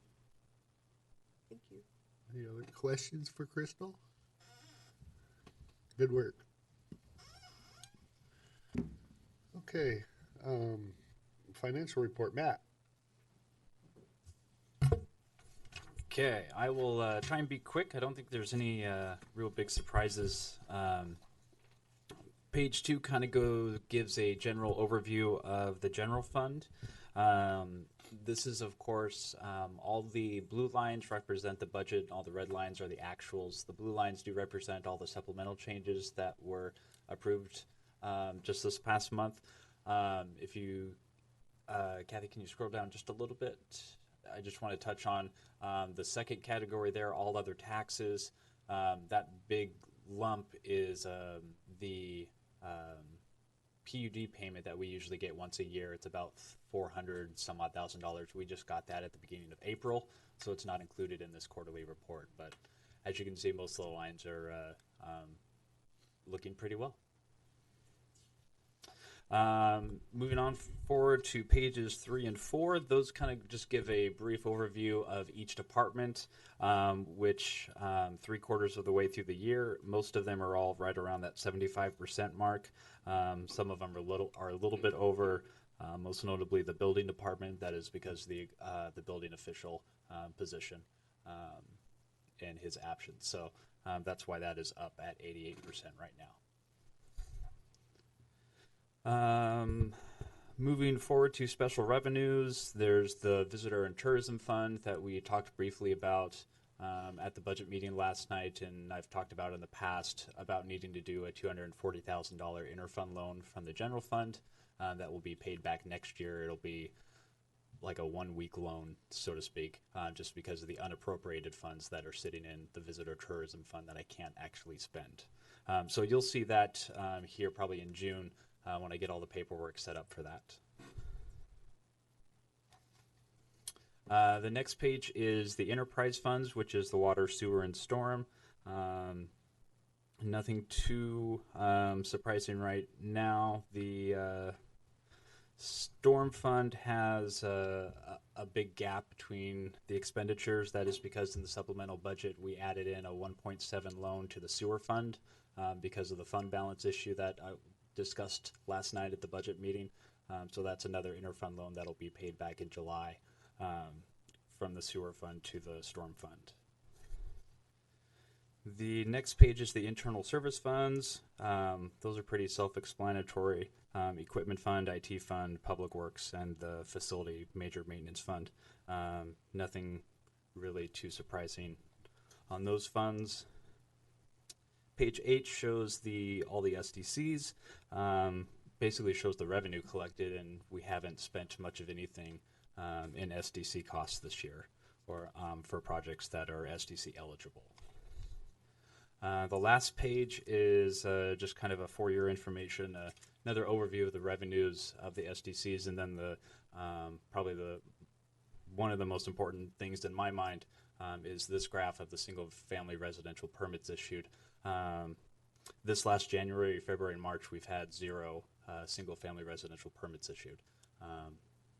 So that's obviously due to the building aspect of the world and economic trends, and then not having a building inspector, and for a period of time having SCEPUS kind of fill in where we can, but we have not actually issued any single-family resident permits this last quarter. So it's kind of a sign of just how the local economy is trending. So as you can see, the last few years haven't been too very high as far as single-family residential homes. But that's why I kind of include this graph, just to give you some basis for how the local economy is doing as far as builders. So, but April and June are always the busiest. We're coming up right now. Yeah. Judging from the history, kind of, this time of year, March or so, when it starts to get nice, and then builders actually, build homes in the summertime and sell them, and rather than building a home in the middle of winter. Absolutely. Obviously makes more sense. So if there's no questions for the quarterly report, that's all I had. All right. Any questions? Okay. So we're going to go update on our Riverfront Connector plan. Jacob.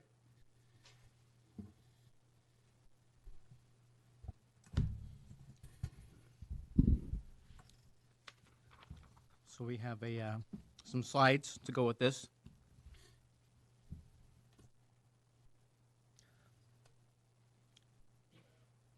Back to the first slide.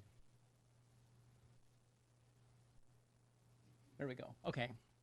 So as part of this grant, there are a couple of city council updates programmed into the grant. As with previous transportation growth management grants, this is the third one we've done since I've been here. The first one was to update our transportation systems plan. The second one was for the forest corridor plan that we went through. As part of a cost-saving measure, staff has had the responsibility of giving the council the update as opposed to having our consultants here.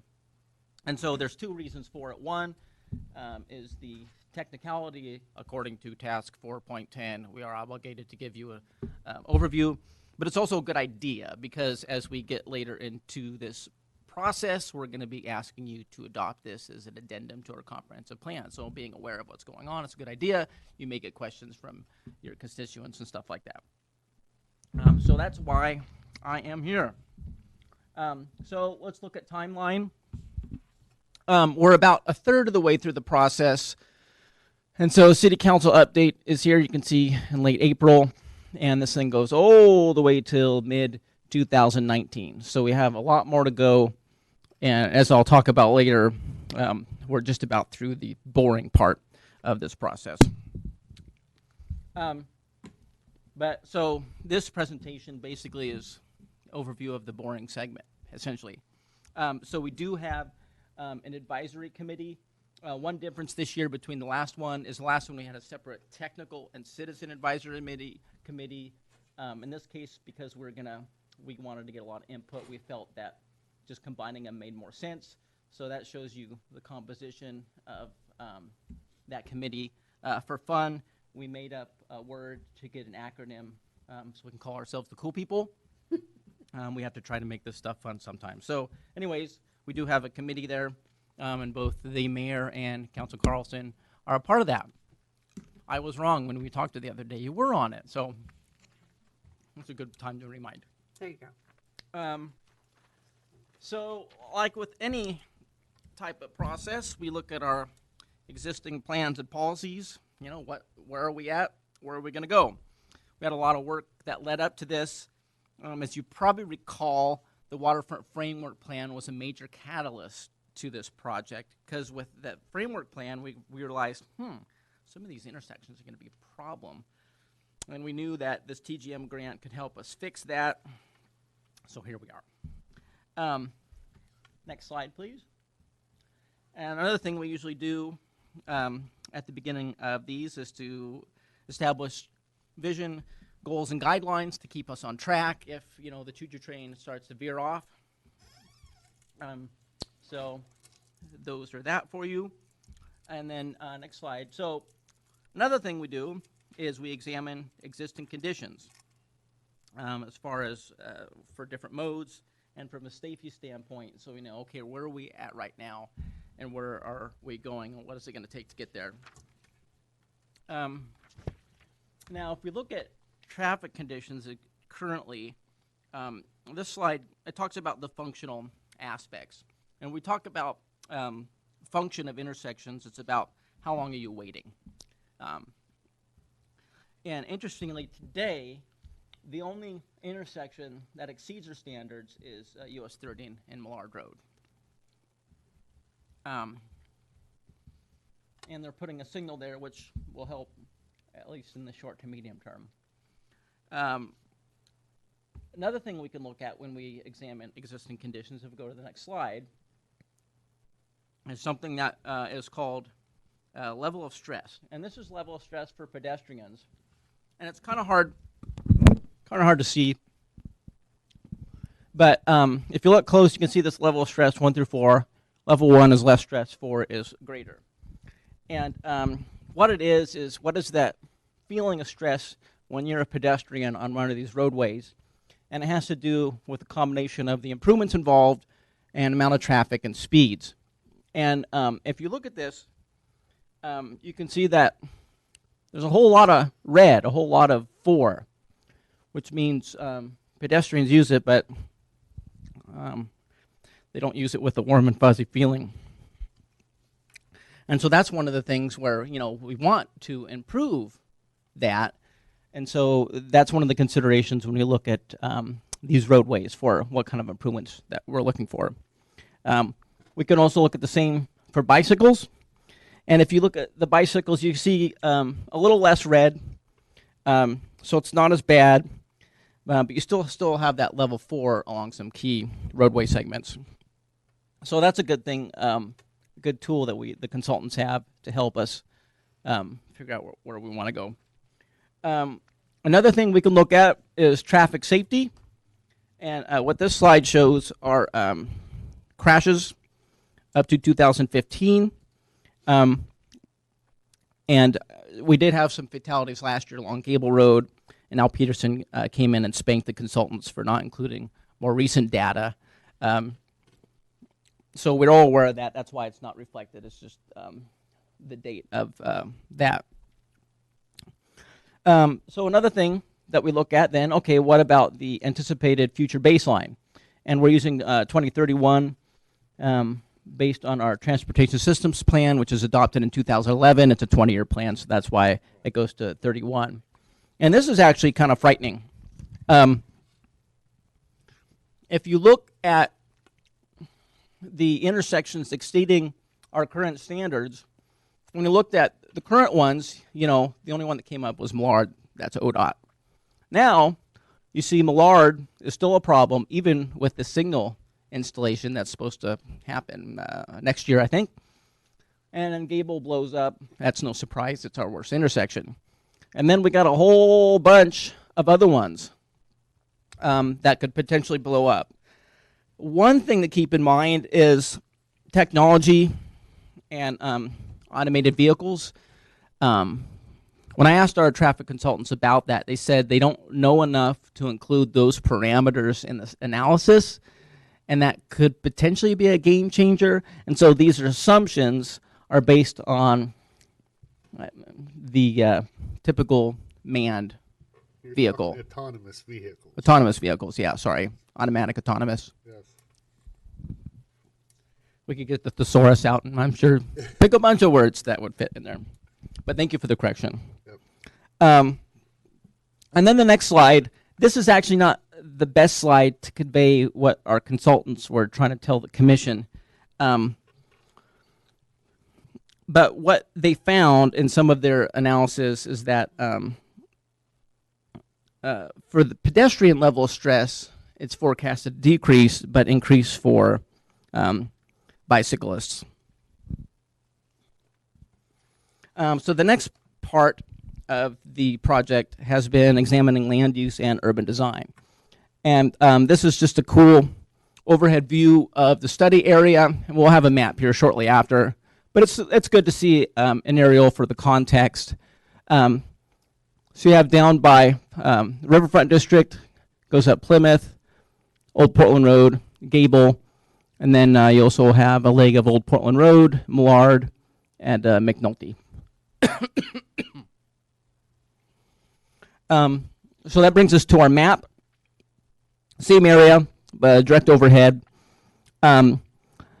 There are two study areas. There's the primary project area and then a secondary. And what the primary does is it completes the business loop from the previous corridor plan efforts. The previous one addressed our commercial areas along the highway, Holton, and the Riverfront District. And so this is completing that loop as the primary corridor, and that's where we'll really get our hands dirty in design. And then there's also this secondary corridor that won't be as heavy in design, but will still address things like wayfinding and stuff like that. So then we can look at our existing conditions and zoning. So as I said before, the last corridor plan had to do with our commercial areas.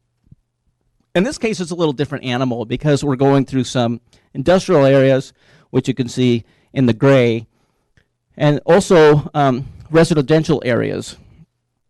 And so you have a different, you have different types of neighborhoods,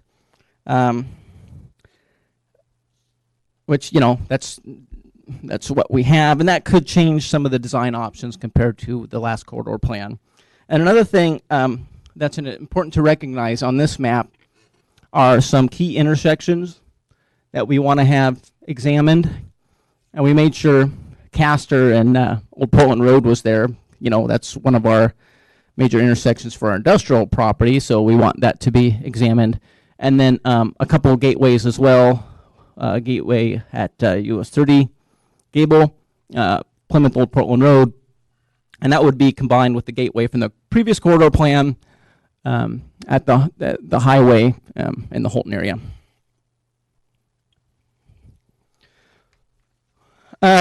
So the other thing that we dealt with are tools for consideration. Now, right now, we don't have any recommendations. And that's why I said we're kind of to the boring part. But it gets more interesting because then we start taking all this and figuring out, well, where do we want to go?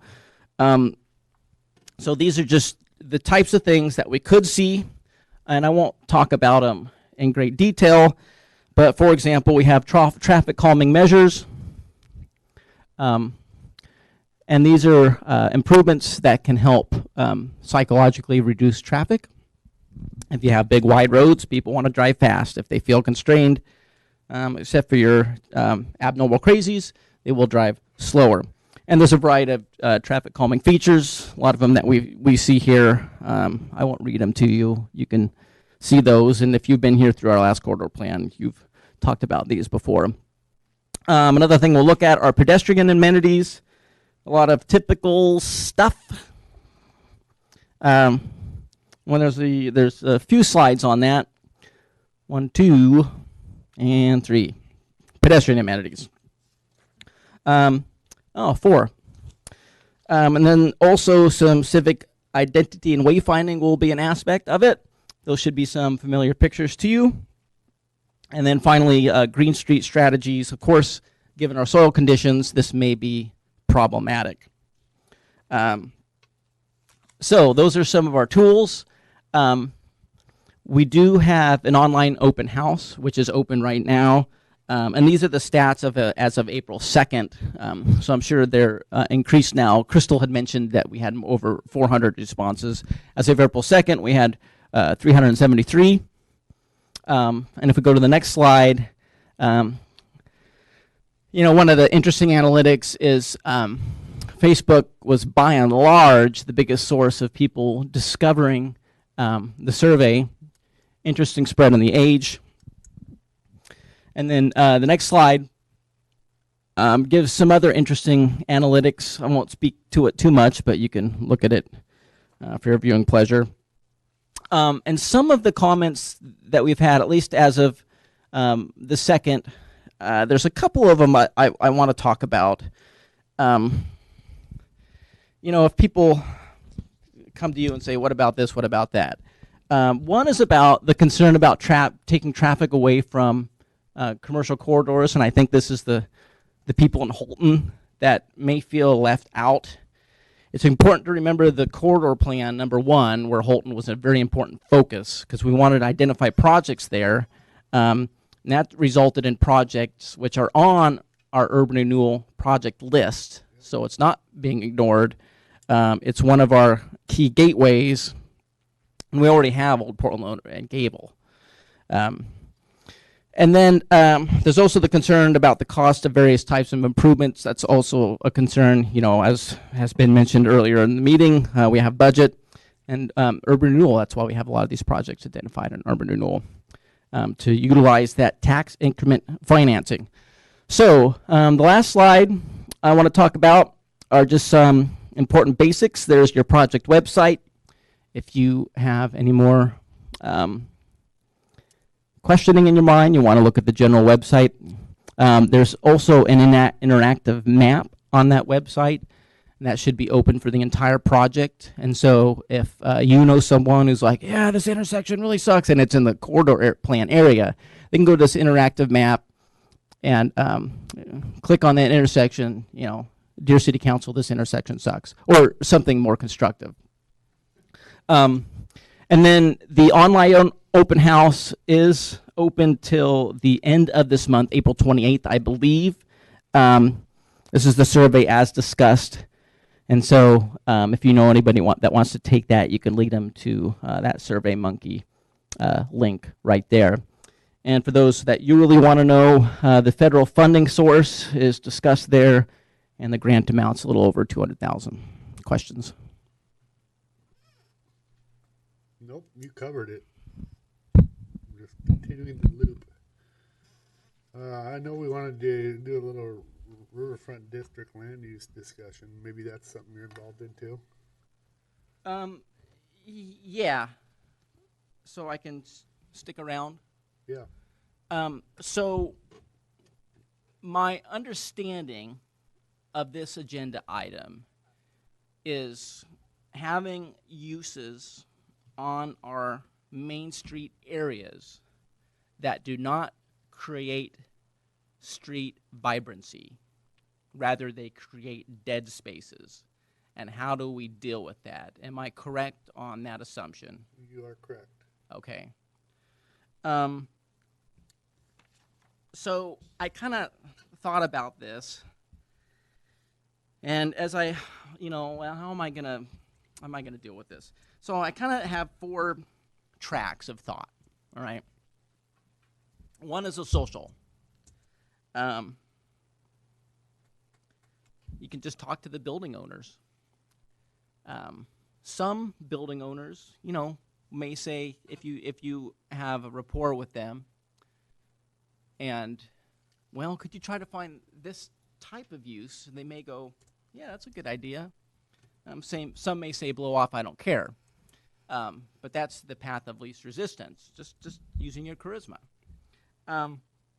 The other thing is by talking to the building owners, you may be able to understand the problems. Assuming it's economics, we want rent, we'll get anybody we can get. There may be something else we don't know, but knowing the problems helps to kind of map your solutions. So social. The second one is public investment. So this one requires patience. And the theory here is that public investment begets private investment. So this is where you have your urban renewal, and you have your grants, you have your projects, which will help bolster the area as a whole. We also have the waterfront property, which could totally change the dynamic, and all of a sudden it makes more sense for someone to have a use that creates that street vibrancy, because the other ones, it changes your market demand. And the reason it requires patience is because, it takes time. It's going to take time for urban renewal, for the tax increment to build up, and things like that. On the other hand, you have your sticks and your carrots, as I've mentioned this before, as we look at our laws and policies. So as far as our sticks, we have regulations, and we have enforcement.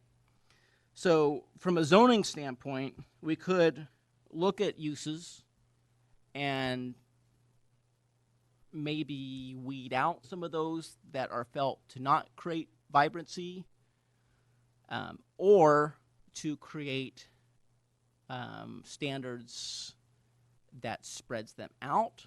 For example, buffers, like what we did with marijuana retailers. I don't know if that's my recommendation, but it's always an option. So you can use your zoning for it. And then for places that may be dead because they're being lived in illegally, that's where your enforcement arm comes into place. Now, carrots, so what could we do to entice people? And there's a couple ideas, and I haven't talked with Matt, so Matt gets surprised, I'm sorry. But you could have a program where you had a grant. So let's say you had a targeted property or a series of properties. You could have a grant that says, if you have so-and-so type of use, we will help pay a flat amount or a certain percent of, first year's rent or something like that. That way there's an incentive over others to get a certain type of use. Of course, that takes money, and how much you want to use and all that stuff is a whole other matter. And that could be one of your types of urban renewal grants. You are the urban renewal agency, and so that just may be something to think about in the future. Another thing you could do is if you wanted a certain type of use, is give that use some type of utility billing discount. So then there's an incentive that takes that use over something else. So those were my ideas. I'm sure there's a lot more out there. I don't know if that helps you. We, you and I think it was you and I can't remember, I've been to so many meetings. We're at a Main Street thing and they talked about Main Street standards of operation, Main Street kind of rules that kind of would do this in a more less bad person way. So kind of going forward that you're going to have this many hours of operation open to the public, and that would automatically eliminate people living in there because you're not going to be open to the public if you're living in there. But talking about using storefronts for storage and stuff like that, that it has to be open to the public. And I don't remember, it's been like 3 or 4 years ago that we talked about that as a way to prevent storefronts from becoming locked all the time. I didn't know if there's any way to look into communities that have done those kinds of policies. I know when I brought it up in the past, I got the big, no, we're not doing that here. But I just didn't know if there's a strategy that's kind of more business friendly as opposed to punitive. Yeah, so there's some of the financial incentives I mentioned. I think there are other Main Street approaches. And when we went to Main Street conferences, you know, I overheard some mayors talking about that. I think I remember the mayor from the Dalles, and he was frustrated with the same thing, you know, being used for storage, not really contributing to street life. And I don't know what came of it. You know, ideally, we'd have a really robust Main Street program that we could go, you know, look, Main Street program entity, this is our problem. Can you really help us out with this? Do you think CLG grants would help? No, I don't think so. I could be wrong, but that's specific to historic preservation. But if you consider mid-century modern, isn't most of our Main Street historic? There's a lot of buildings that I know that when some reinvestment has happened, in the short time I've been here, adjacent properties tend to do better, and it kind of renews interest in an area. Yeah, I think our, you know, I mean, the CLG grant, I think has been successful, because when I look at the downtown Main Street from when we first started and since we implemented that grant, it does look a lot better. You had several buildings that utilized the grant, and then other ones that just piggybacked. They didn't use the grant, but we'll make it nice too, like Legal Aid. Right. They didn't get the grant, but they went ahead and made it more nice. So that certainly helps. The limitation on that grant is it has to be used for buildings in the nationally recognized historic district, and they have to be contributing buildings. It's possible that the grant could be used to help devise a heritage tourism plan to get people excited about the buildings, which would help bring people in, which may eventually, you know, more of a positive way as opposed to a punishment way. Yeah, your carrots. But my time to really research it has been limited. Very limited, because the development activity is thank you, pretty insane. You're busy. Yeah, and it's what's insane about current development activity is the scale of projects. These aren't piddly things. These are big subdivisions, multi-million-dollar buildings, and you know, Matt talked about no single-family dwelling. That's gonna change. That's gonna change pretty soon. Yeah, because all of a sudden there's gonna be a lot of lots. And, you know, they're going to want to be building on those. I have a question that's unrelated to this topic, but since you brought up development, it's related to that project. We had talked about having a code review, the council did, and you weren't in here. And we had talked about having that process. And you and I have just this last month completed the second planning commission meeting recently, that a development was pretty hotly contested by neighbors. And I wondered anyway, about loopholes in our code, loopholes in our process that allow people to circumvent complete streets, that create overcrowded neighborhoods that neighbors perceive as a safety hazard. Do you understand what I'm saying? Yeah, I do. I think some of that perception is, it's a difficult thing because a lot of the type of development that we have in town, especially our residential development, is infill. And when you have infill development, you have many imperfections to efficient land divisions. Well, Emerald Meadows is very tight. It is. Looking at it's very tight, but the developer adhered to all of our codes. It's just really close. And then the development we just saw with that strange shaped parcel just this last month. Yeah, the Bailey subdivision. With 2 short streets and then a connector thoroughfare and all this stuff that just seems really weird to me. And I thought they didn't break any laws, but what in our code could we fix that might, is that part of this code review or is that something different?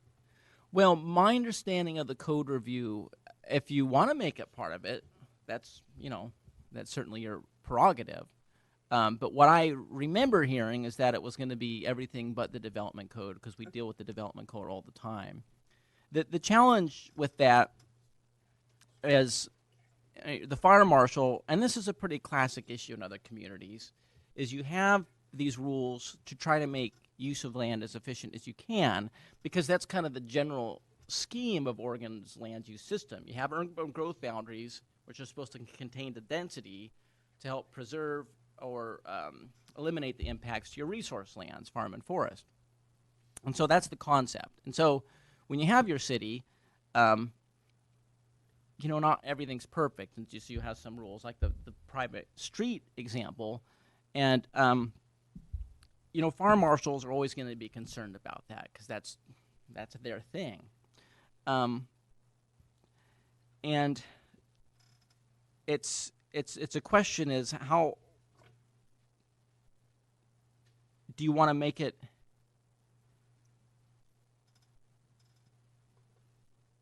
there's a land efficiency versus non-efficiency. You want to make it affordable. And housing costs, yeah. And it's kind of the, where's the balance? It doesn't matter. She wants storm and sewer, and she wants it so deep, and she wants it, that's exactly what, yes.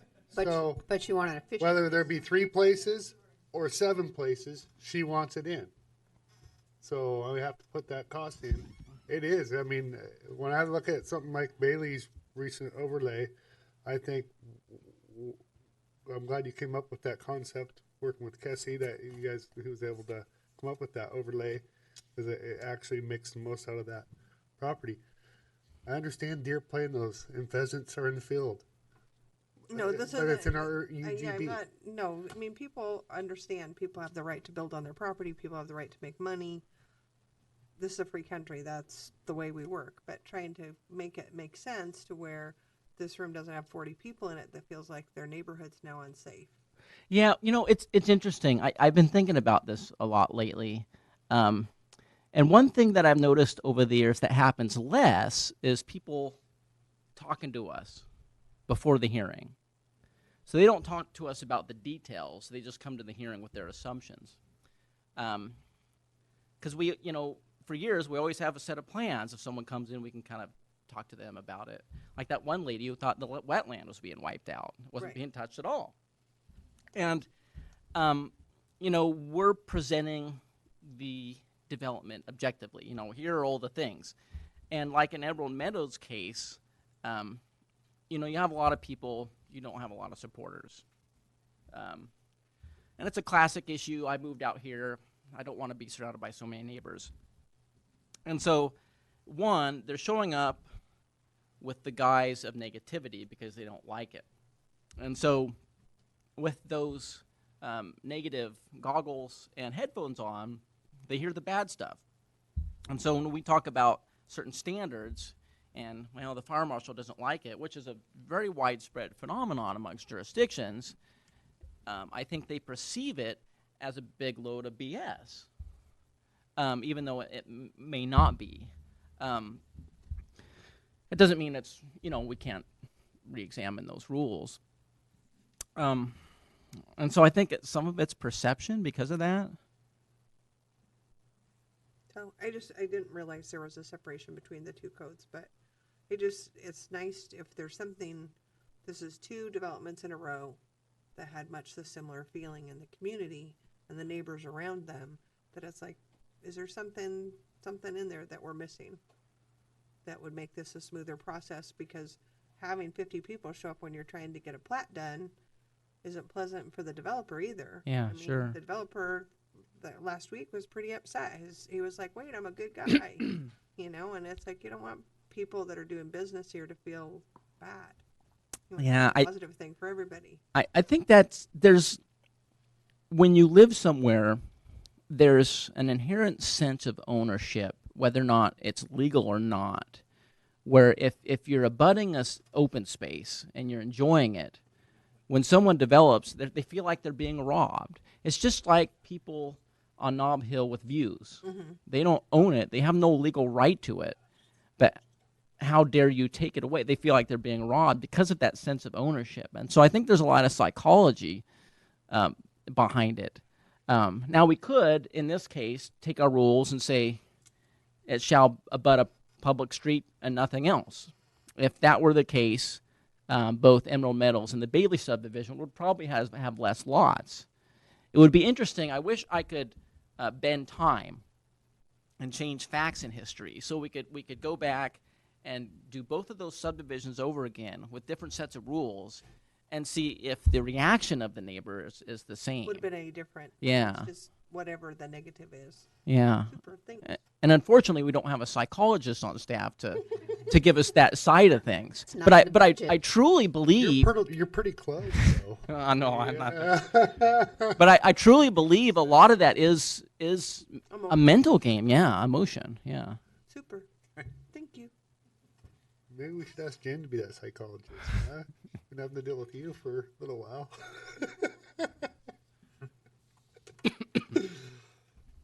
All right. Any other questions for Jacob? Jenny, I just wanted to quantify, were you talking about the development that we just heard? I think the last one was Mr. Bailey's. Yep. Or were you talking about something that happened in Planning Commission? You guys did the overlay. They did the sequel at the Planning Commission that was Yeah. more detailed, Okay. more descript.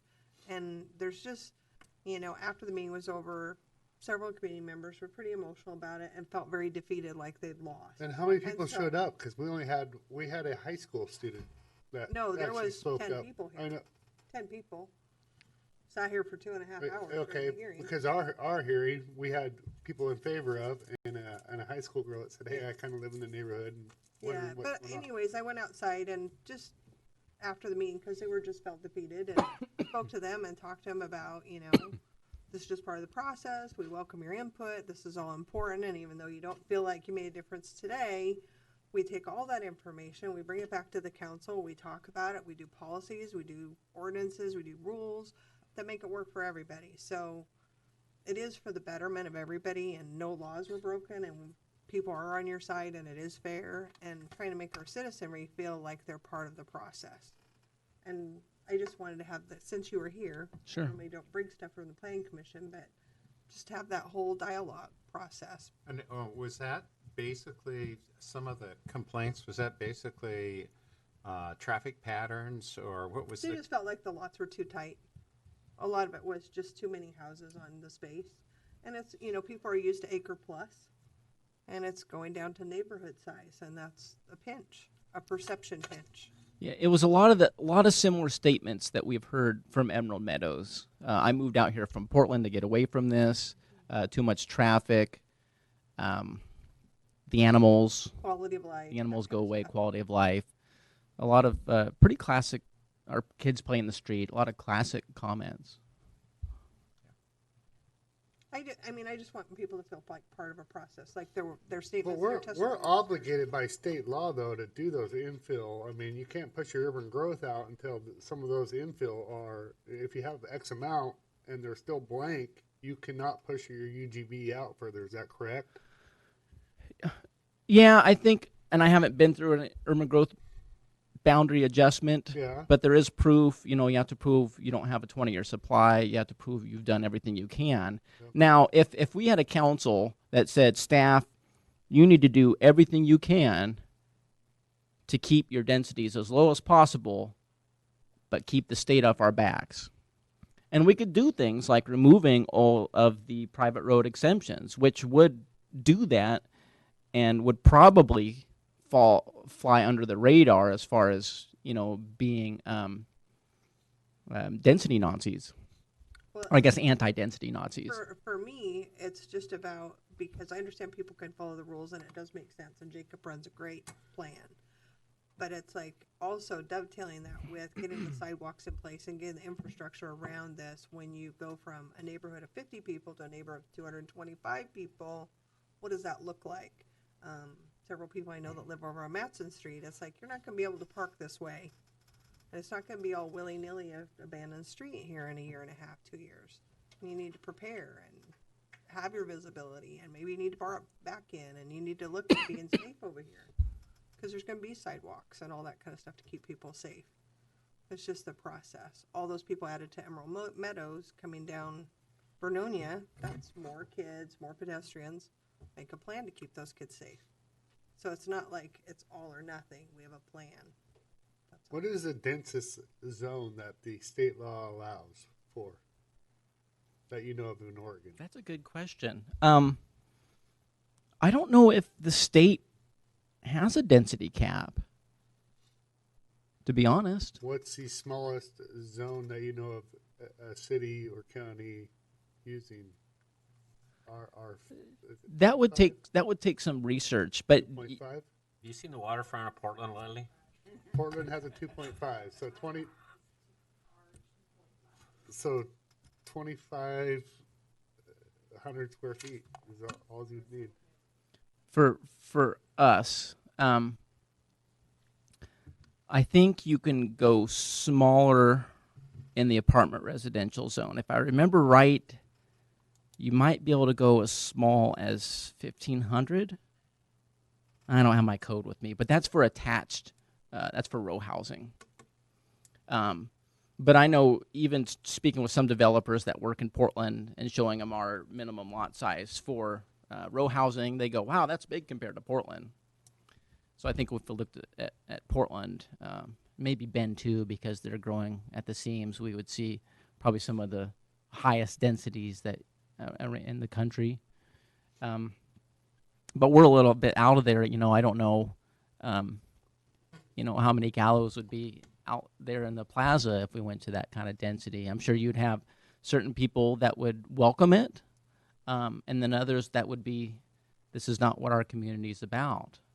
And that's the challenge that you have, are all these different inputs, given what's happening regionally and globally, and what do you want ultimately as a community.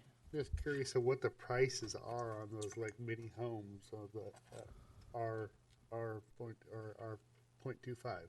I'm wondering what that goes for. Well, probably 800 square foot. Is that about the size? Yeah, probably maximum you could go. Those little houses on Columbia Boulevard, not far from Four Corners, those two that were just built. Yeah. Those two ones there, those are like $500,000 in parts of Portland. Those little tiny houses. The developer had built some in Portland under the same plan, and it's a third the cost here as it is in Portland. Yeah. Those are tiny homes. Well, I know in the study on the Emerald, the affordable housing that we had from Community Action, Jim Tierney, proved that it was R5 or R7 was about 50,000 is what his said, and then Shauna Stroop showed up, who was a realtor, said it's about 40,000 difference. So I'm just wondering if it jumps down that dramatically on a R point or 2.5. Just something to think about. To keep the cost affordable. I mean, when my kids move out, I might just have a little tiny home, big shop. Well, the one thing that we are doing soon is examining our auxiliary dwelling unit policies. So that's probably something you'll see as a council this year. Okay, I just looked. Because you have all that free time. Any other questions for Yes. Jacob? Because I'm looking at the time and we are getting closer and closer. Yeah, we are. Thank you. Thank you. Yep. Okay, department reports. Terry. I just want to thank you for giving me the opportunity to clarify the DA's statement earlier about all this extra law enforcement in the county. I think this council is well aware of where we're at, and I probably didn't need to state that, but I just appreciate the opportunity and a chance to remind folks that we haven't added officers for a long time, but that changes tonight when we get to add an officer, and this is the position that you authorized last fall, and if not for his car accident, he would have been here a couple months ago. So anyway, he'll be here tonight, and he'll get sworn in, and he'll go to the academy. We already have his date. It's in May, and he'll be there throughout the summer. He won't graduate until, I think, August sometime. It'll be next spring, this time next year, when that position is really fully realized. And I just, as a point of clarification, because Matt was telling me about the positives that came from the Budget Committee meeting last night, and if this council and the Budget Committee agree to fund that half of that, or 25% of that school resource officer position, and the school district comes through on their piece, if we start a process in July, it'll be beginning of the school year before we actually have somebody hired. And if we hire somebody brand new, it'll be next school year before we're able to realize the capacity of that position, meaning that on September 1st, we'll be expected to put an officer, 2 of them, into the school district, which means we will be functioning this next school year -1, right? So it's a great opportunity for us. I really, really appreciate it, but it's not like we just go out and hire an officer on July 1 and throw them into the schools on September 1st. It just isn't going to work like that. In other good news, I just wanted to share with the council that you know that Sergeant Molden's been out for an extended period of time for his illness. I can't even remember. It's been months. He came back to work yesterday. Nice. He has been to hell and back. Anyway, I'm really, really happy for him. He's back to work, and anyway, it's pretty cool. So you'll get a chance to see him in the community here very soon. That's all I have. Thanks, Terry. Sue? Okay, a few things. First of all, congratulations, Chief Moss, on your award. Yes, congratulations. So that was really cool. Crystal did a good job of keeping that top secret until it was announced, so that was awesome. Can I make a couple of comments regarding what Jacob was just talking about the subdivisions and things? So first of all, before I worked at the city, I worked with a private engineering developer, and that's what we did, mainly with subdivisions and some other small things. I never went to one planning commission hearing. We did mostly just in St. Helens and Scappoose, but not one did I go to that didn't have a crowd of people there saying, I live next door, I don't want this happening because I'm used to looking out on this nice little field or this nice vacant lot or whatever. Every single one of those. And I'm not saying that those people don't have the right to do that. They totally do. It's just the nature of development. Also, it may seem like it's very negative and we're hearing all that, but we haven't had subdivisions come through in a long time, in lots of years. And so all of a sudden, here's a couple of them in fairly close time frame, and we've had that come through. So it's we're just not used to hearing those comments from the public like that. And what was the other one I wanted to make? The other thing that's sort of ironic is that the same people that are coming in and saying, I live in this subdivision next door and I don't want this happening. Well, when their subdivision was being proposed, there was a crowd of people in the room saying the same things about the property that was developed where they're currently living. So it's just the nature of development, and it's what happens. So anyway, it's unfortunate that that people have the negative feelings towards it, because it really is a positive thing happening in the community, is to see some growth and development. So. And speaking of that, I just want to mention that we are just so busy right now. we've just got lots of stuff going on, and just since the last in the last week and just these couple of days this week, we've had 4 pre-construction meetings for various developments, and also the one for the construction work where we're going to be fixing the sewer out on Columbia Boulevard. So we've just got lots of irons in the fire right now, and lots of stuff going on, which again is a very positive thing for the community to see. We've got commercial activity going on in a couple different places. The school district is getting ready to start work on their expansion out there at the middle school and the CCEC site. And so it's just really exciting to see, I think, to see some new growth in town. So,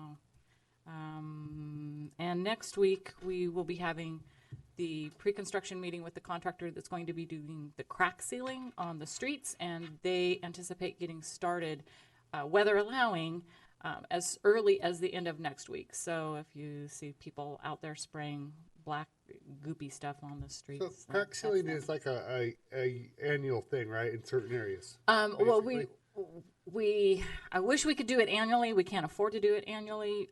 We try to gather as many streets to make it the most cost effective that we can to get the contractor out here. We have happened to do it for the last 2 years in a row, and then I think we had skipped a year and did it a year prior. So 3 out of the last 4 years, including this year. And anyway, it's a great way to preserve the asphalt, very cost effective, to keep it from deteriorating any further, so that we end up having to replace a whole roadway or do an overlay, which costs a lot more than just some crack sealing. So we try to do it if the condition of the road is suitable for it. Okay. Yeah. So you should see them out there. Hopefully the weather will hold. So that's all good stuff. That's it. Thank you, Sue. Thanks. Margaret? I want to thank the mayor for signing all those volunteer certificates. We had our annual volunteer appreciation event Friday night, and it was well attended. And how many do you had quite a few turn out? I see the pictures. You saw the picture on Facebook. I wish I had the count in my head, but that when we have our event, we acknowledge our volunteers that actually work in the library. We recognize our friends of the library, our library board.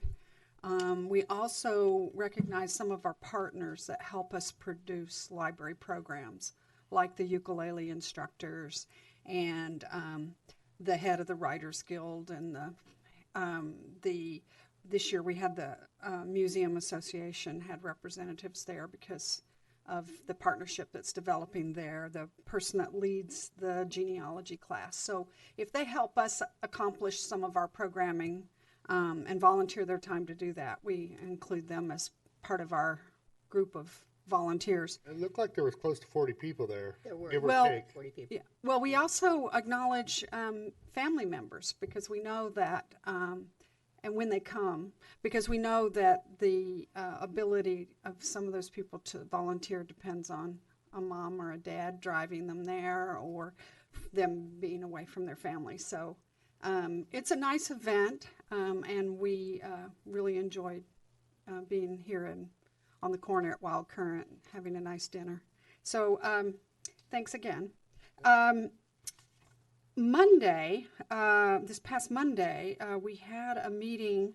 I think I mentioned it last time that we were having some representatives come from the Dollywood Foundation and the James and Shirley Rippey Family Foundation to talk about Dolly Parton's Imagination Library.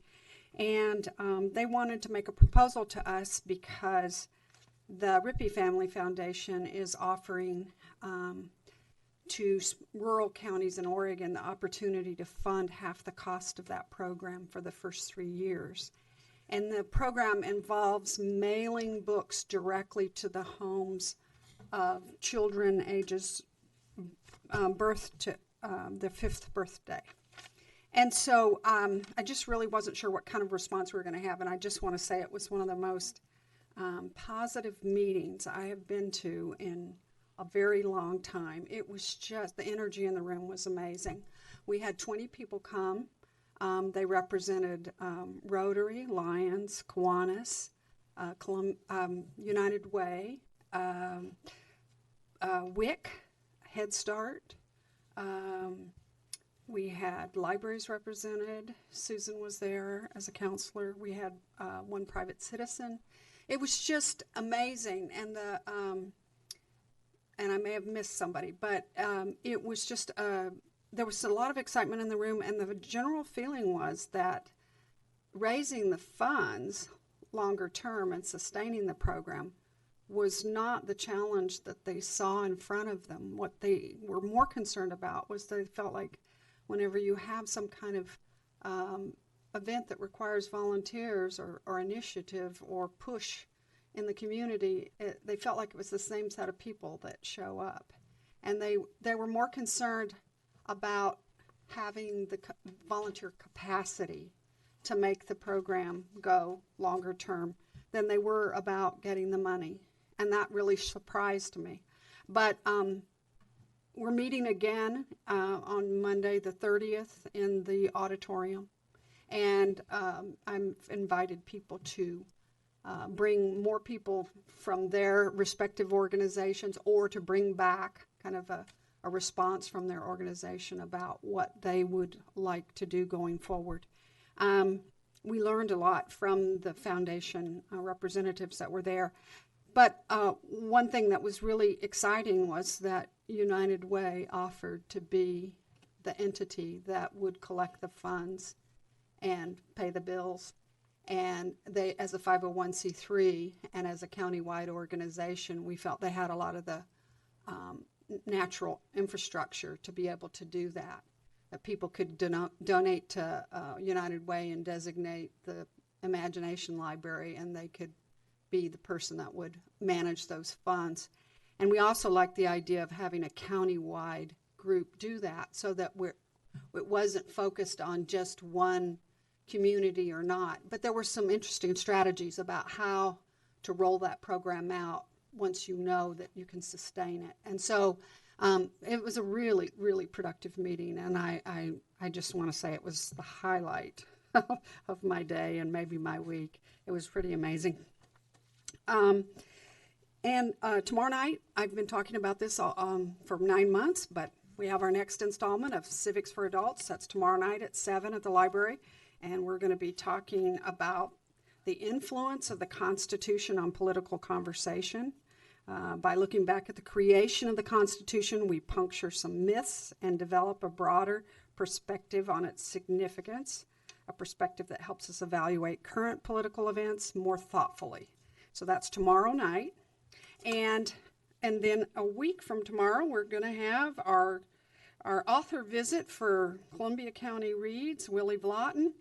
And I tell you, I think her timing was perfect in selecting Willie. Every time I turn around, there's an article about him, or the movie that was recently made from his book, Lean on Pete. In fact, last week, the New York Times reviewed the movie that was made from his book, reviewed it very positively. It was an interesting comparison of people who migrate to the West versus this young boy who's migrating east, and with his horse, or a horse that he acquired, I should say.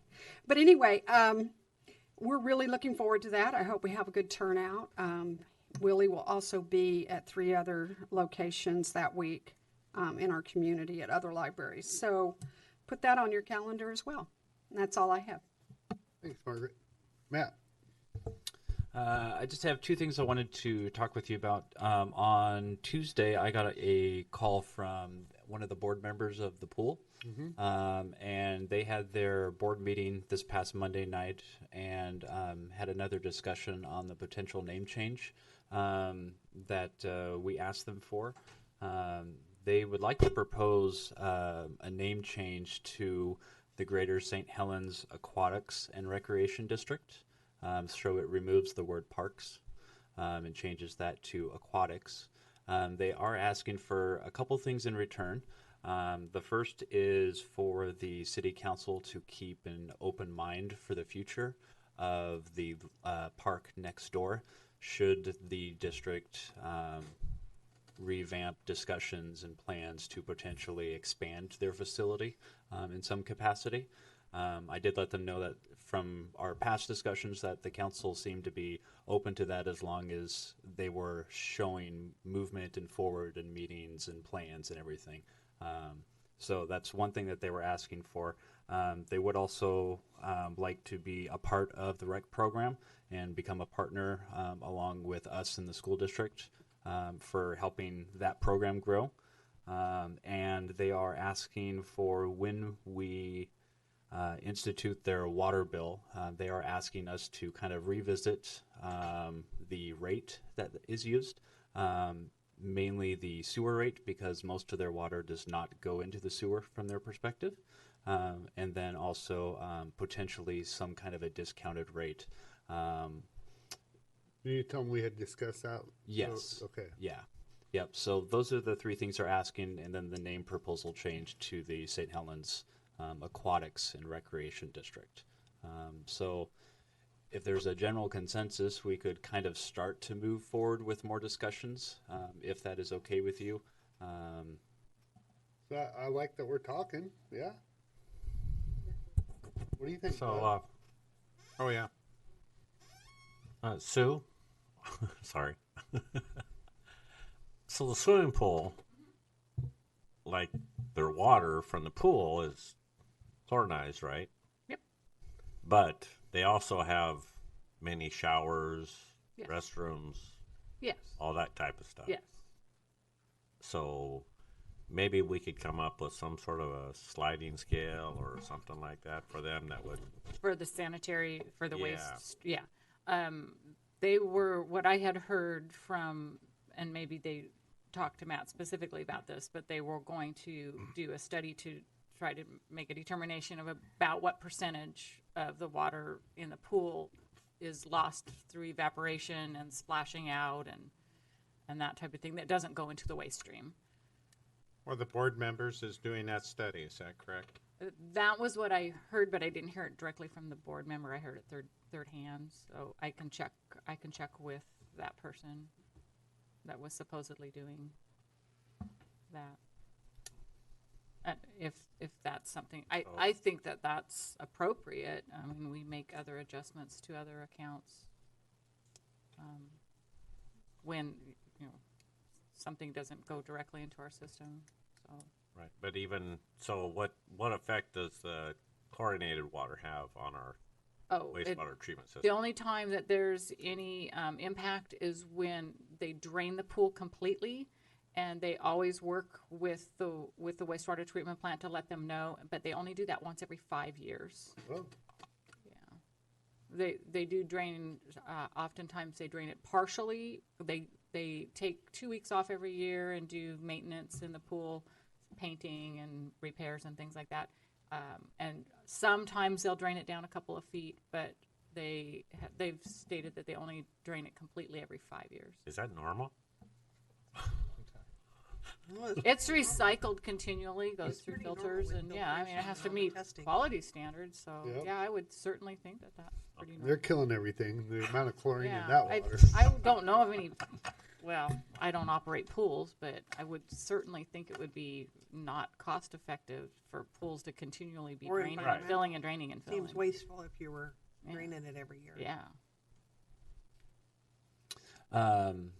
So I guess is the council have a consensus to kind of start moving forward with those assumptions that I've just kind of laid out? Yes. Yeah. Yes. All right. The second thing I would like to kind of revisit is the court department. Main reason I'm asking for that is direction on either moving forward with the RFP interviews, or if it's going to, you want to go back out again for RFPs, or if you want to continue courts in some way. And the reason I ask is because we've had this discussion for a long time. This is probably the most serious meeting we've had But we have 2 employees in the court department that are constantly on the edge of their seat. And today's conversation and non-direction kind of put them even more on their seat of feeling kind of, in some essence, on their edge as far as what their job's going to be. We're in the middle of budget, and and then our prosecutor quits, and there's kind of all of this starts to happen, and we're in the big one is the budget. And I tried to ask the county, how they're funded and where if they have spaces for fellow employees, possibly on loan. I don't know.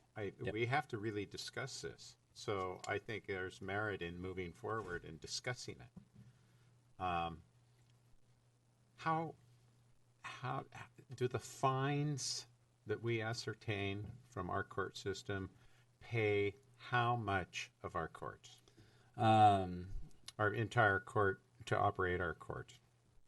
Budget-wise, are forecasted when you originally passed this year's budget.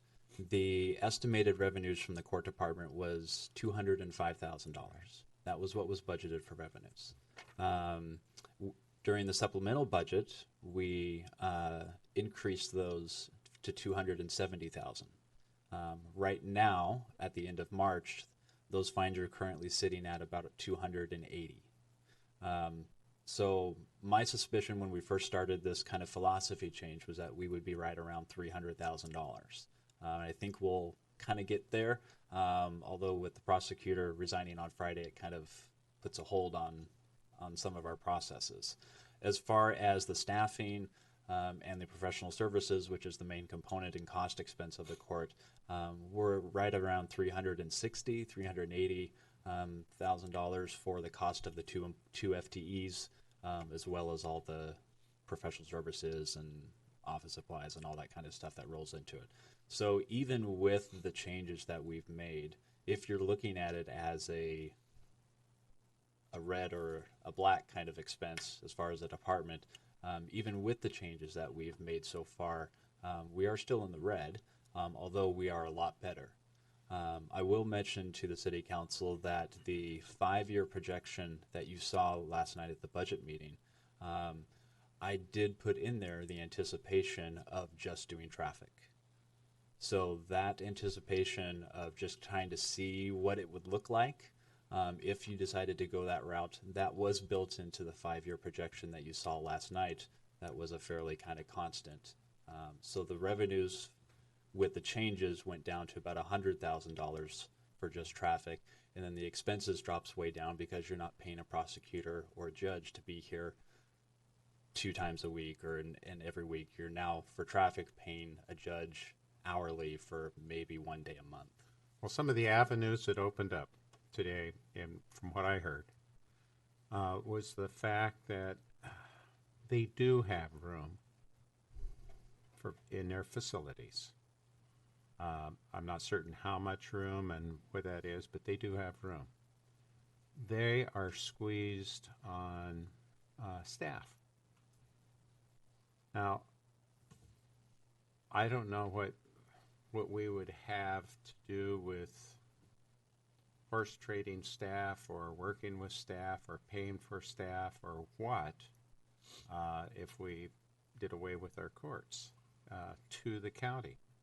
But it seems to me like if it was a monetary thing, now this didn't make sense to me, because if it was a monetary issue that we would pay to the court system, it'd go straight to Salem. And it seems to me that if we were going to utilize staff rather than monetary figures, it would be advantageous to them. But I'm not certain. I don't know. I don't know if we can pay staff to work in a different facility or whatever. That's where the wheels were turning with me in terms of, hey, are we going to make this, if we do away with our court system, this is the one avenue that starts to make sense. Because there is room in their facilities. I got that. And they are very crunched with staff. So they need help with staff somehow. And So what I heard though, because we've been over this enough now since I've been here, and I know it happened long before I got here, long before. Is even if we were to supplement that over there and try to help that situation out over there, we still have the current staff that we have here. That that budget was coming out of, even though it's red, it's not. We're probably one position in the red. Is that correct? Roughly? Yeah. Roughly one position, and we have 2 staff people, and then we want to supplement somebody over here. Well, I think what Doug was if I'm assuming kind of what his thought process was, that if we were to either close court or just do traffic, we have the availability of 2 FTEs that are currently working. Now, for us to continue on traffic, we would need at least a 0.5 or 0.75, if not a full-time. I'm not sure how that works depending on how many tickets and working on that. But there is 2 court clerks over there. One of those that would be absorbed likely if we were to keep them into utility billing. And then there's some other opportunities for part-time positions that are opening up potentially, like the rec coordinator or support specialist with the police, and there's some job sharing possibilities that could be discussed. But I think what Doug was alluding to was potentially doing some sort of an intergovernmental agreement with the staffing over there to basically kind of loan them one of our court clerks for additional staffing, if that was the roadmap you were kind of certainly thinking. a possibility, and it certainly was my kind of thought train kind of going, I'm trying to look for an avenue to make this work for them if we decide to do away with our court system. That's a huge if. So if we just had to, I guess everybody hears it differently.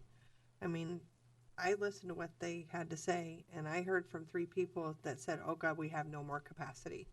We are at and beyond our capacity. That's what I heard. And these are community partners, people working very hard. And I look at it, when I came on this council, the court lost $200,000 a year. And now you're talking 60. So they've made a huge thing. And then we don't require the police to make money. We don't require library to make money. We don't require parks to make money. Government is a service provider. And it's like, we have to look at how many of these misdemeanors are going to walk.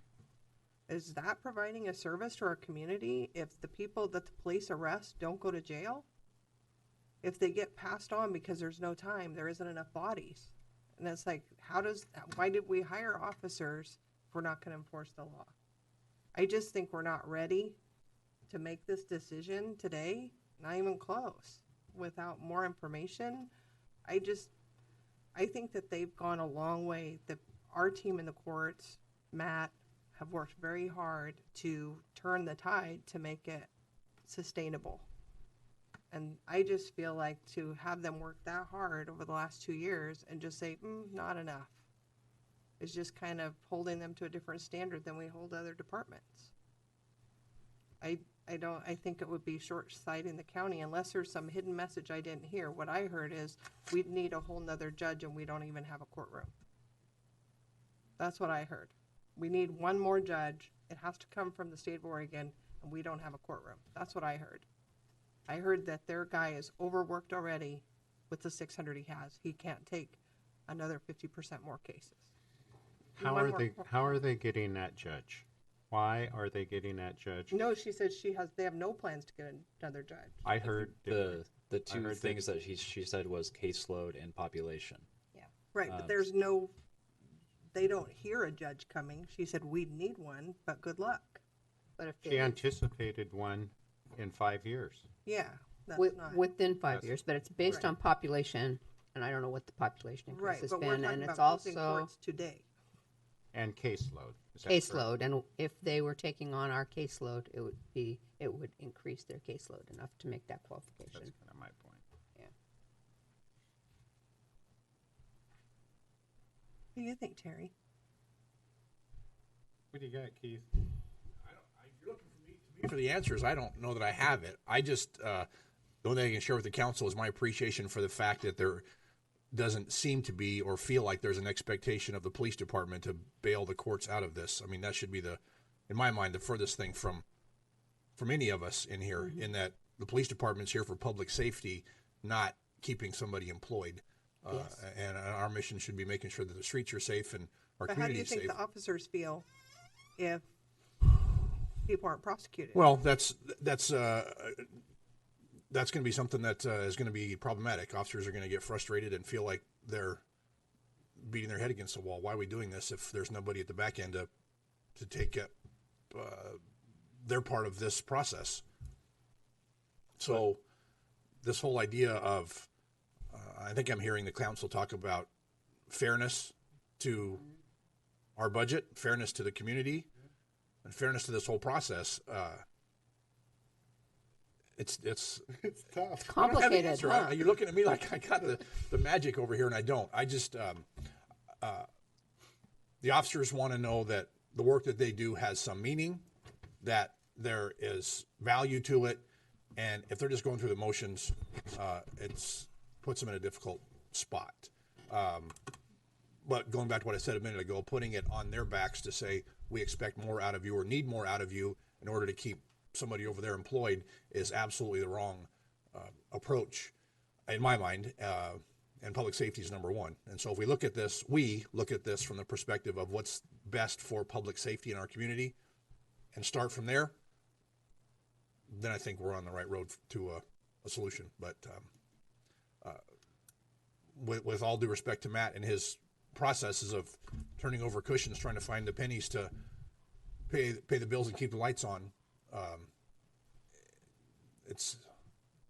don't want to look at our officers for that solution.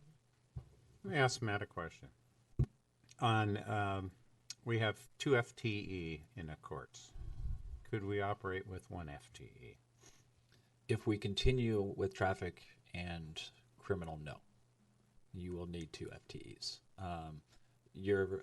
Don't forget that I was going to ask for a part-time FTE in this last budget for the court staff, because doing 2 FTEs, because we moved April back over to utility billing for the monthly billing, they're stretched thin, and it was a lot of 12-hour Sundays for some of those court staff to come in and play catch-up with overtime, which is why I was initially asking for that part-time FTE to come in and help.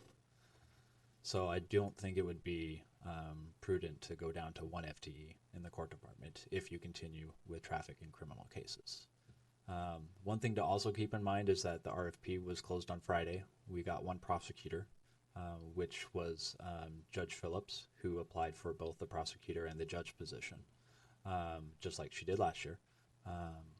One fear that I should phrase that correctly, not fear, but with the prosecutor that resigned, he came in with a very different philosophy of changing things, doing things more fast, dropping misdemeanors down to violations, which has caused obviously an increase in revenue.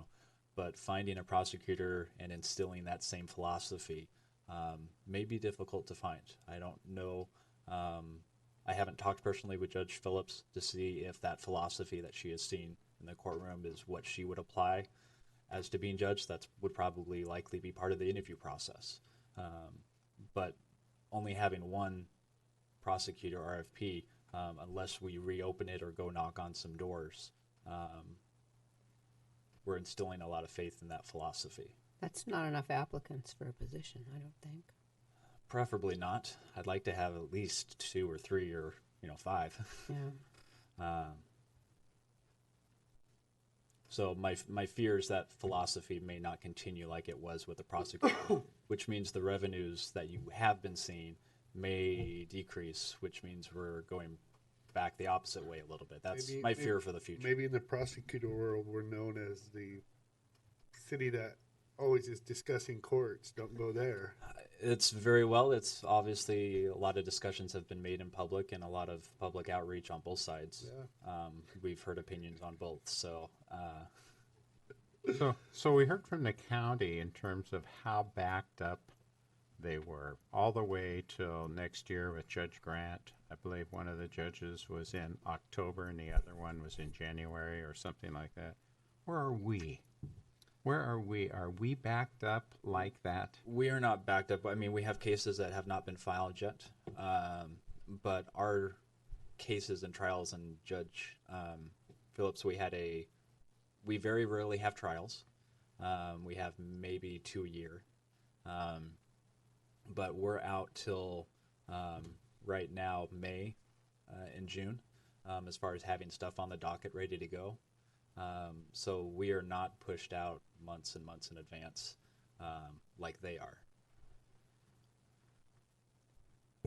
So our money, does it all come from traffic fines, or how much do we get from? No, it is some from criminal. Out of that that 250, 270 kind of range that we're in right now, about 100, maybe a little bit more. I would like to say half, but I know it's a little bit less. Comes from traffic, and then the other portion from criminal side. And the criminal side has definitely jumped up when you drop misdemeanors down to violations and charge them, $1,000 or $7,000 or whatever that is. That definitely bumps up that statistic. So traffic, then you're only talking a little over 100,000 then, or something. Correct. And then, but with traffic, also keep in mind that you're paying a judge maybe $10,000 a year for 1 day a month instead of $145,000 for a judge and a prosecutor to be in court 2 days per week. So there's a lot of costs in that. And then you have the personnel costs, like I mentioned. Going to traffic, I would like to say you could survive on a 0.75 FTE.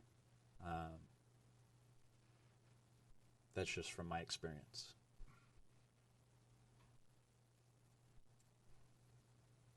So I don't know, prolonging the discussion or waiting for more information. I don't know that there's going to be any more information other than carrying on the same statistics that I'm giving you now. So if that makes any degree on the amount of decision that is before you. I know it's not a very easy decision on either way. Well, this whole thing boils down to just like our city's general fund is it was great 20 years ago, and today we're screwed. Yeah. And there's a lot of other cities like that around. Some are better, some are worse. So obviously, our forefathers, when they wrote the laws, got it screwed up. And same thing's happening with the judicial system, the way they look at it and whatnot. So the only way we're going to change that is to, like I say, go down to Salem, and make them change it. So one suggestion I may say that does kind of prolong the decision, but if you were to create some kind of a work group, maybe with 1 or 2 counselors, maybe working with a DA and a judge or something, on coming back to you with some sort of a plan of how it maybe could work, and we can get the DA to maybe work with us a little bit more on how we can make it as sufficient as we can as far as moving stuff over there. I would hate to say that we haven't looked at every idea. I know we've kind of scratched our heads as much as we could, but I'm very happy to set up meetings with another work group to kind of come back in a month or so, hopefully before the budget is done, but if not, in June or July or so, and maybe come back with maybe a shared plan of process between the two of us that we've kind of worked out that may not be the best, but if it's your goal to kind of move forward in that direction, maybe we can come to some kind of a resolution and solution that may work out that way. Well, I've suggested before that we get some sort of work group on this. It's just, otherwise it's just going to keep continuing on. We need to, and looks like we need to get the senator involved and everybody else that we can fix this problem, because it isn't going to get fixed the way it is. Doesn't matter if we have it or the county has it. It's a problem. It was enlightening to me to hear the severity of their issue. It just, that helped a lot.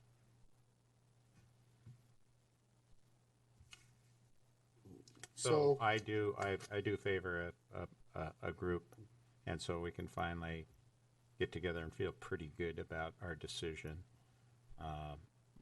from whoever that group is on the council, and we go forward. So it would be my intention to that group to try and find a solution to either moving stuff over and how that's done, what it would look like, and how we could help out the Columbia County in that process.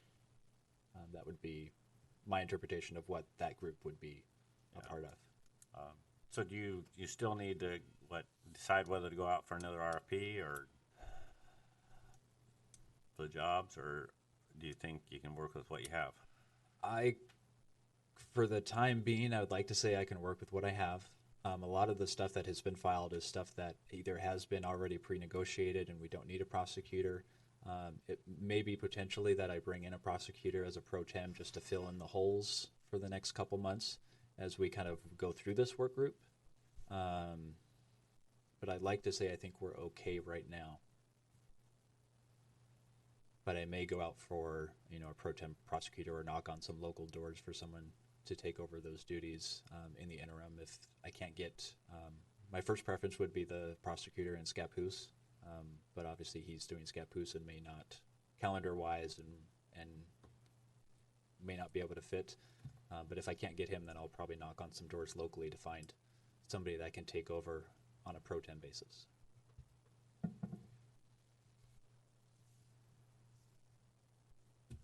So work group consensus kind of okay?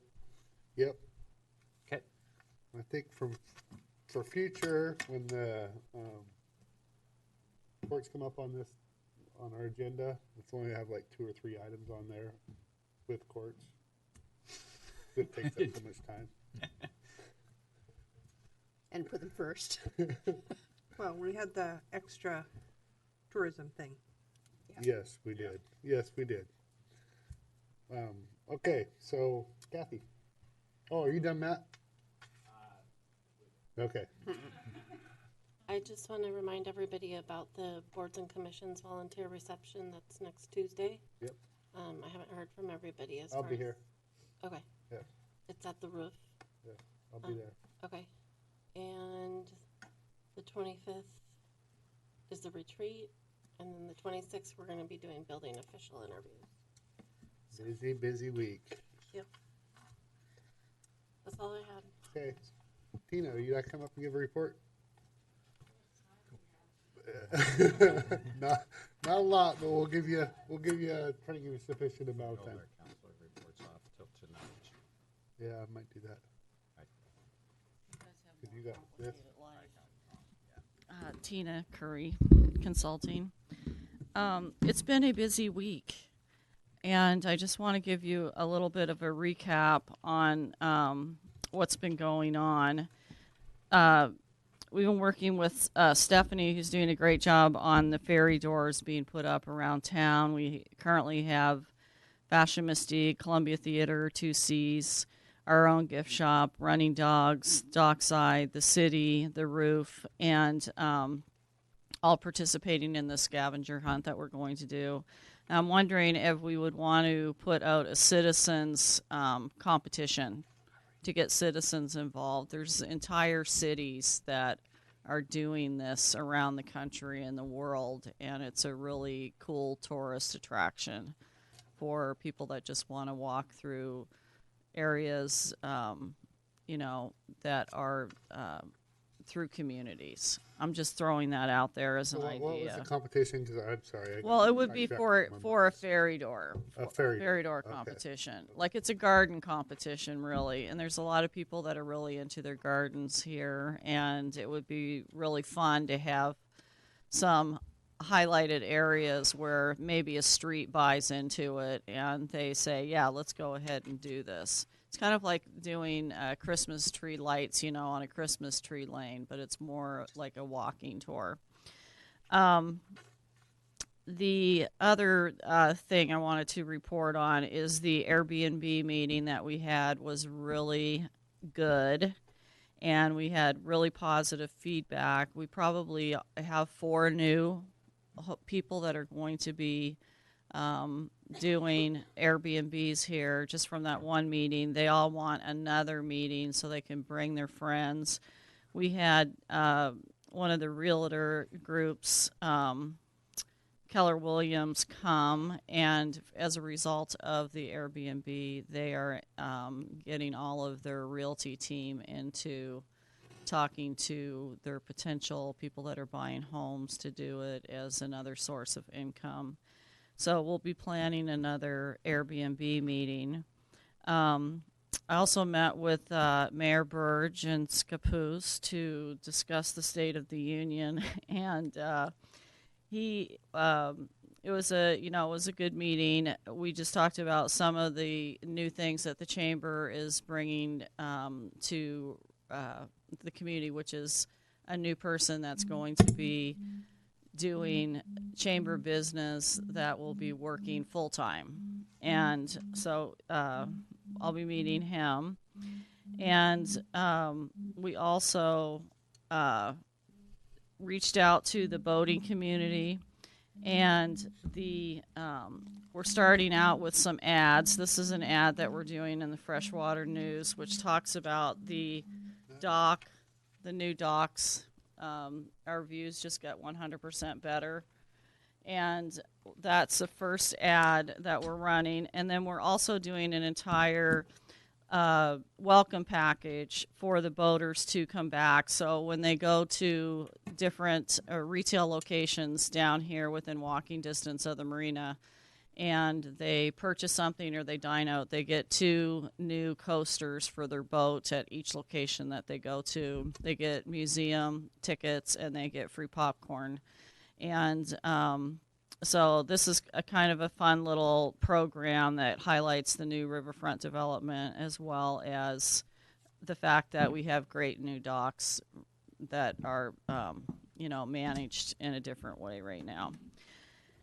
The other thing is we also met with Travel Oregon, and Scott came out and paid a house call to the city of St. Helens, and he is going to be working with us on some grant opportunities that he believes that we would be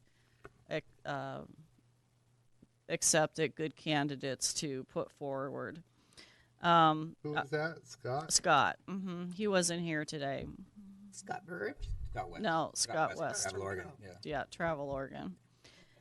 And Scott's got some more. Yeah. This is giving out grants. So. Yeah. So hopefully that will provide fruitful information for us. And then we also met with Bart and Matt at Cascadia Home Loans, and regarding the 4th of July, that site should be up by the end of the week. We met with a group of stakeholders for the new potential hotel. And during that meeting, we discussed some of the future events that we're considering, and they made a point of saying that one of the ones that we're talking about makes a difference about whether or not they decide to come to our town. So it's really key for the hotel that we have really viable events throughout the year that bring people here that could, of course, potentially stay there. And then we also discussed that we have additional meeting space available to them for places potentially like 2C's Vendor Mall and our own Masonic Ballroom and the theater. So I think that was a really good meeting that we had, and they're following up with us on that. The next merchants meeting will be in May. Please do not come. Oh, come on. Feeling loved. But I've gotten really great feedback from the merchants that came. They're all really happy with the direction of just being able to come to you guys and getting responses back on things like the boating welcome and finding out what's going on, because they miss so many things because they do not come to these council meetings. So it's really great to Well, be I think able a to. couple counselors should maybe. I'm kidding. I mean, I'm just saying that. Hat in the circle and attend this. I know you're kidding. Yeah. But I think we should probably decide that here. More mindful of the situation. Well, I think I should call it Tina's Party Playhouse. It's not going to be a merchant meeting anymore. So we, I don't think any rules were, I don't even think it, I know that no rules were broken, I but. just don't want anybody to think we are. And Yeah. perception's everything. Yeah. We worked a long, Well, hard way to make this clear, Yeah. Governor. We don't want to undo that. I just would like to say to my peers here that I am impressed that we all showed up caring about what she's got going and The seeing how merchants? she's dealing with the merchants. Yeah. Yep. We only wanted to listen. Yep. Yeah. Well, that's what you That's did. all we did was listen. Yeah. So I think, but I'm super pleased with the merchant response, because we already have more people that are wanting to come to the next meeting. They're hearing about things are actually happening, and we're moving forward, and they're getting information that they typically don't get because they do not go online and listen to these recorded sessions. They didn't even know about, for instance, the sign project that Jenny had gotten done and the proposal for that. So there's some really important things that are just general information that they're just not aware of because they're running businesses. So I think that that's something that's really valuable for them. And then this is our new moniker for our Fairy Festival. So we have a new little art piece with it's called the Night Watchman, and Running Dogs Brewery is going to be doing a promotion, and we made up some coasters that are going to promote Running Dogs Brewery as our official beer for City of St. Helens, along with Spirit of Halloween Town, our signature event. And so things are just moving along, and they seem to be going really well, actually. I do have one question for you. I'd like to know what the city stance is on businesses that provide a service within the city limits versus a business that provides a service outside of the city. Is there, if there's charging the same price, and there's no other services in town, do we typically support the service that's in the business in our city, or do we support the one that's outside the city? Like, for instance, let's say it's a trucking company and we need to rent trucks, and there's a rental company in town that has the same rates as one outside of town. Would we be in town? Okay. I just wanted to clarify that. And the other thing I want to do was just thank you for helping to control misinformation that is out there. And we're making a lot of headway in clearing up some misconceptions about how things are done. And thanking Stephanie and John and Mayor Rick and Neil's team and the council, and also just congratulating Chief Moss, too. Okay. Still getting an earful on the abrupt no trespassing kind of signs, rather than flipping that over and an explanation, instead of the no trespassing, an explanation of what this is all about. And I'm talking in particular about the stuff. Soon? Yeah. Well, there is a Oh, coming soon on one side. It's just not on the other side. There is a Right. They coming have soon to for walk by that sign to see what's going on. Yeah. So that's Yeah. that's the one negative out Yeah. of everything Yeah. that I hear. And then followed up by, okay, how long is that going to be there? Right. And I go, I don't know. Good. Thank you for saying that. not giving them an answer when you Well, I don't know. I Yeah. have no idea. Yeah. So right now it is planned to go through, well, and they all know this, by the way, but it goes to May the 6th is when we have the final weekend does for it go? Festival of the Fairies, May Again? 6th. Okay. And that's also on that fence. So I they didn't know see that. that. And it's pretty widely out there at this Oh, I point know in that. time on It- social media. So everybody has their, just like with building, everybody has their own opinion, and they're entitled to that, and we respect that. But that's not going to stop us from trying to bring people to this community and money to the merchants and the people that live here, having something to do. Okay. Any other questions for Tina? Good work. Thank you. John? Good work. So I also would like to add my accolades to Chief Moss and his award. I was actually in the car on the way over there and listening to the weather, and and I had a meeting the next morning on Friday morning and back in Portland, so I made probably the wise decision to turn back and not go do all the snow and things over there, but would have liked to have been there. So we're doing building official interviews next week. We'll have some special thanks to the city of Scappoose and loaning them their building official on an interim basis to kind of keep things moving. The middle school project being probably our highest priority to get out the door, and had to develop some relationships with some structural engineers to review those plans, and we're really close, but then the guy went out on a 2-week sabbatical for military leave. So we're level of stress is a little high right now. So, but I think we've got a workaround. They've actually contacted him. He's international somewhere, and we have conditionally awarding their grading permit and a foundation only permit. So that should get them working.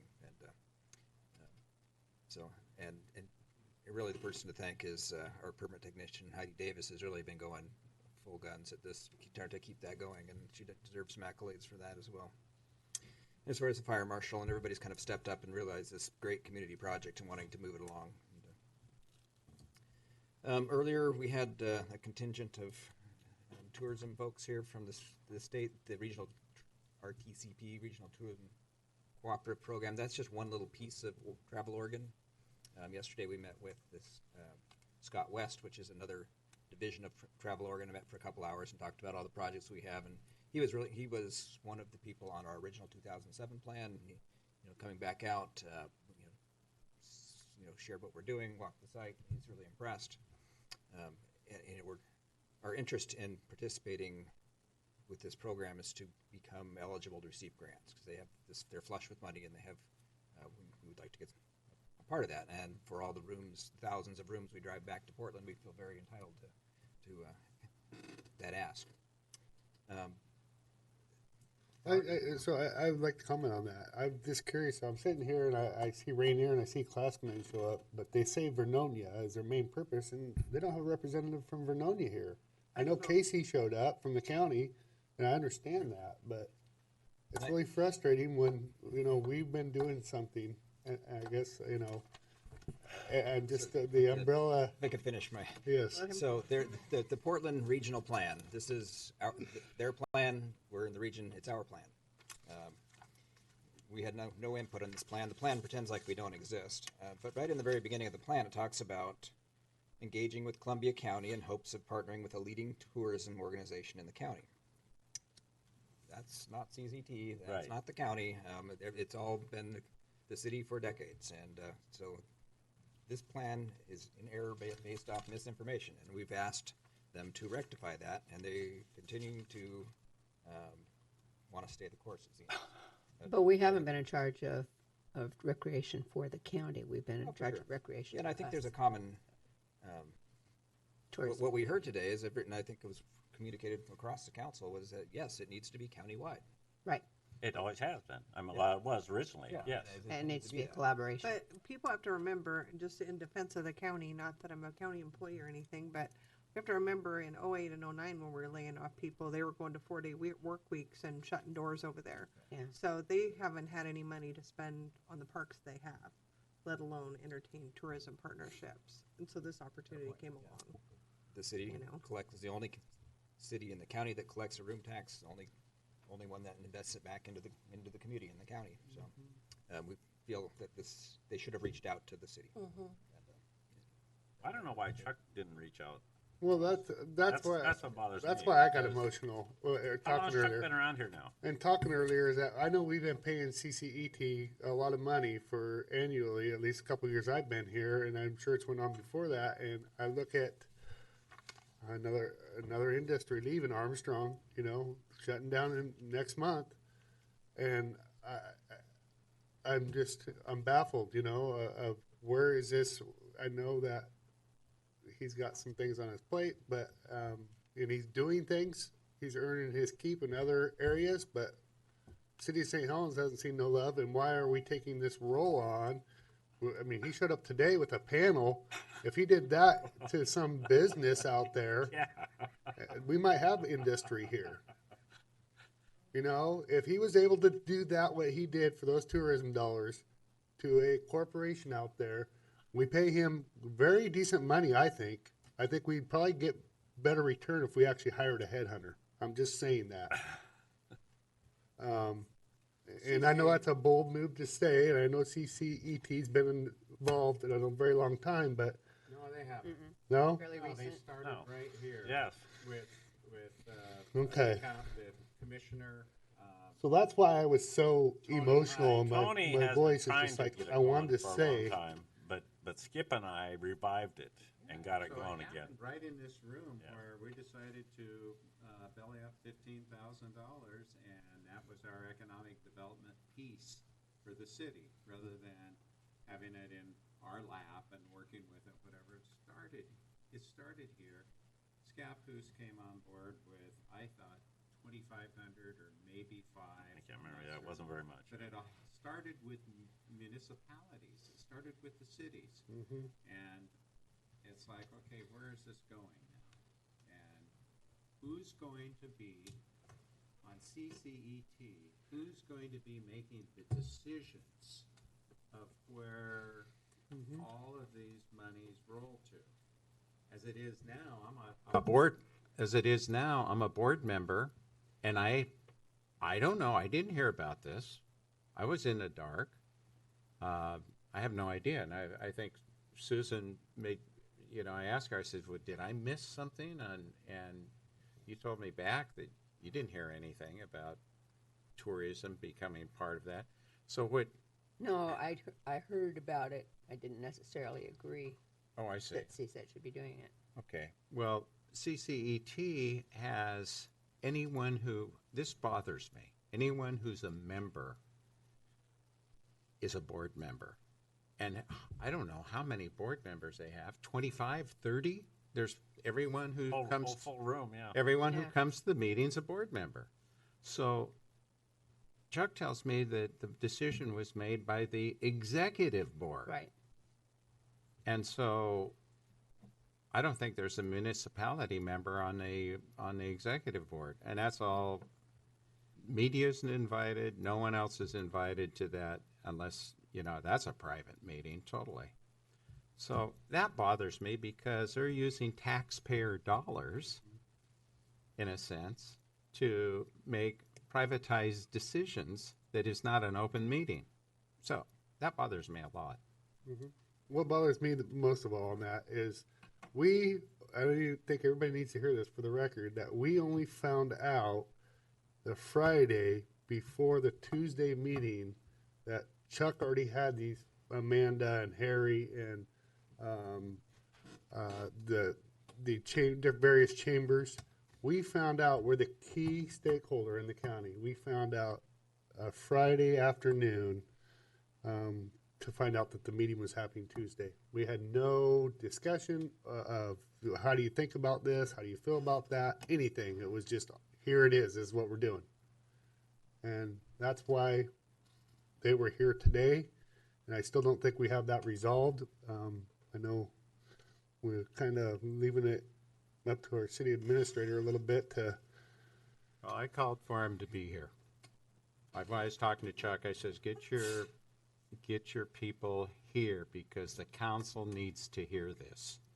Yeah, because I'm not quite understanding it. I think the whole council needs to hear it, and I know John is a dog in the fight. And we still don't have resolve of who's overseeing that money and how it's going. That's Well, I what it's think the about. suggestion was that it was going to be a board that was made up of people countywide. That's what I drew from it. Like it was before. No, that's not how it was before. No, it wasn't. No, it absolutely was. There was absolutely minutes of everybody involved. If you look at that I plan. was in the tourism committee, the city tourism committee. Right, it was city. It was city representatives. It But wasn't. they're talking about countywide. drawing up another No, we plan. had people from See? Scappoose. See? Yes, we did. And I never understood why, but that was the only. That's why. That was It was one. It was one inn, and that's Right, it was because a she bed was and breakfast. She was an overnight facility. It wasn't a representative from the city of Scappoose. No. But we included them whenever we had, whatever we had. Well, and she was also a chamber board member. It Neither wasn't. here nor there. It wasn't a countywide board. It's good for this whole county, the overall, that there's that much going on around it, but I'm confused why CCET has involved in it. The surprise Um, was a little weird. I understand the umbrella, but really, I think we're paying 18,000. Is that right, Matt? A year? Are we paying 18? I think roughly. You don't have to. 15 to 18, minimum of 15,000 though. It could be as much as 18 a year. I think it's 15. So that's where I had to speak up. We're paying 15 to Travel Oregon or 15 No. to just CCET? CSET. I got heated. So Sorry, John. Yeah.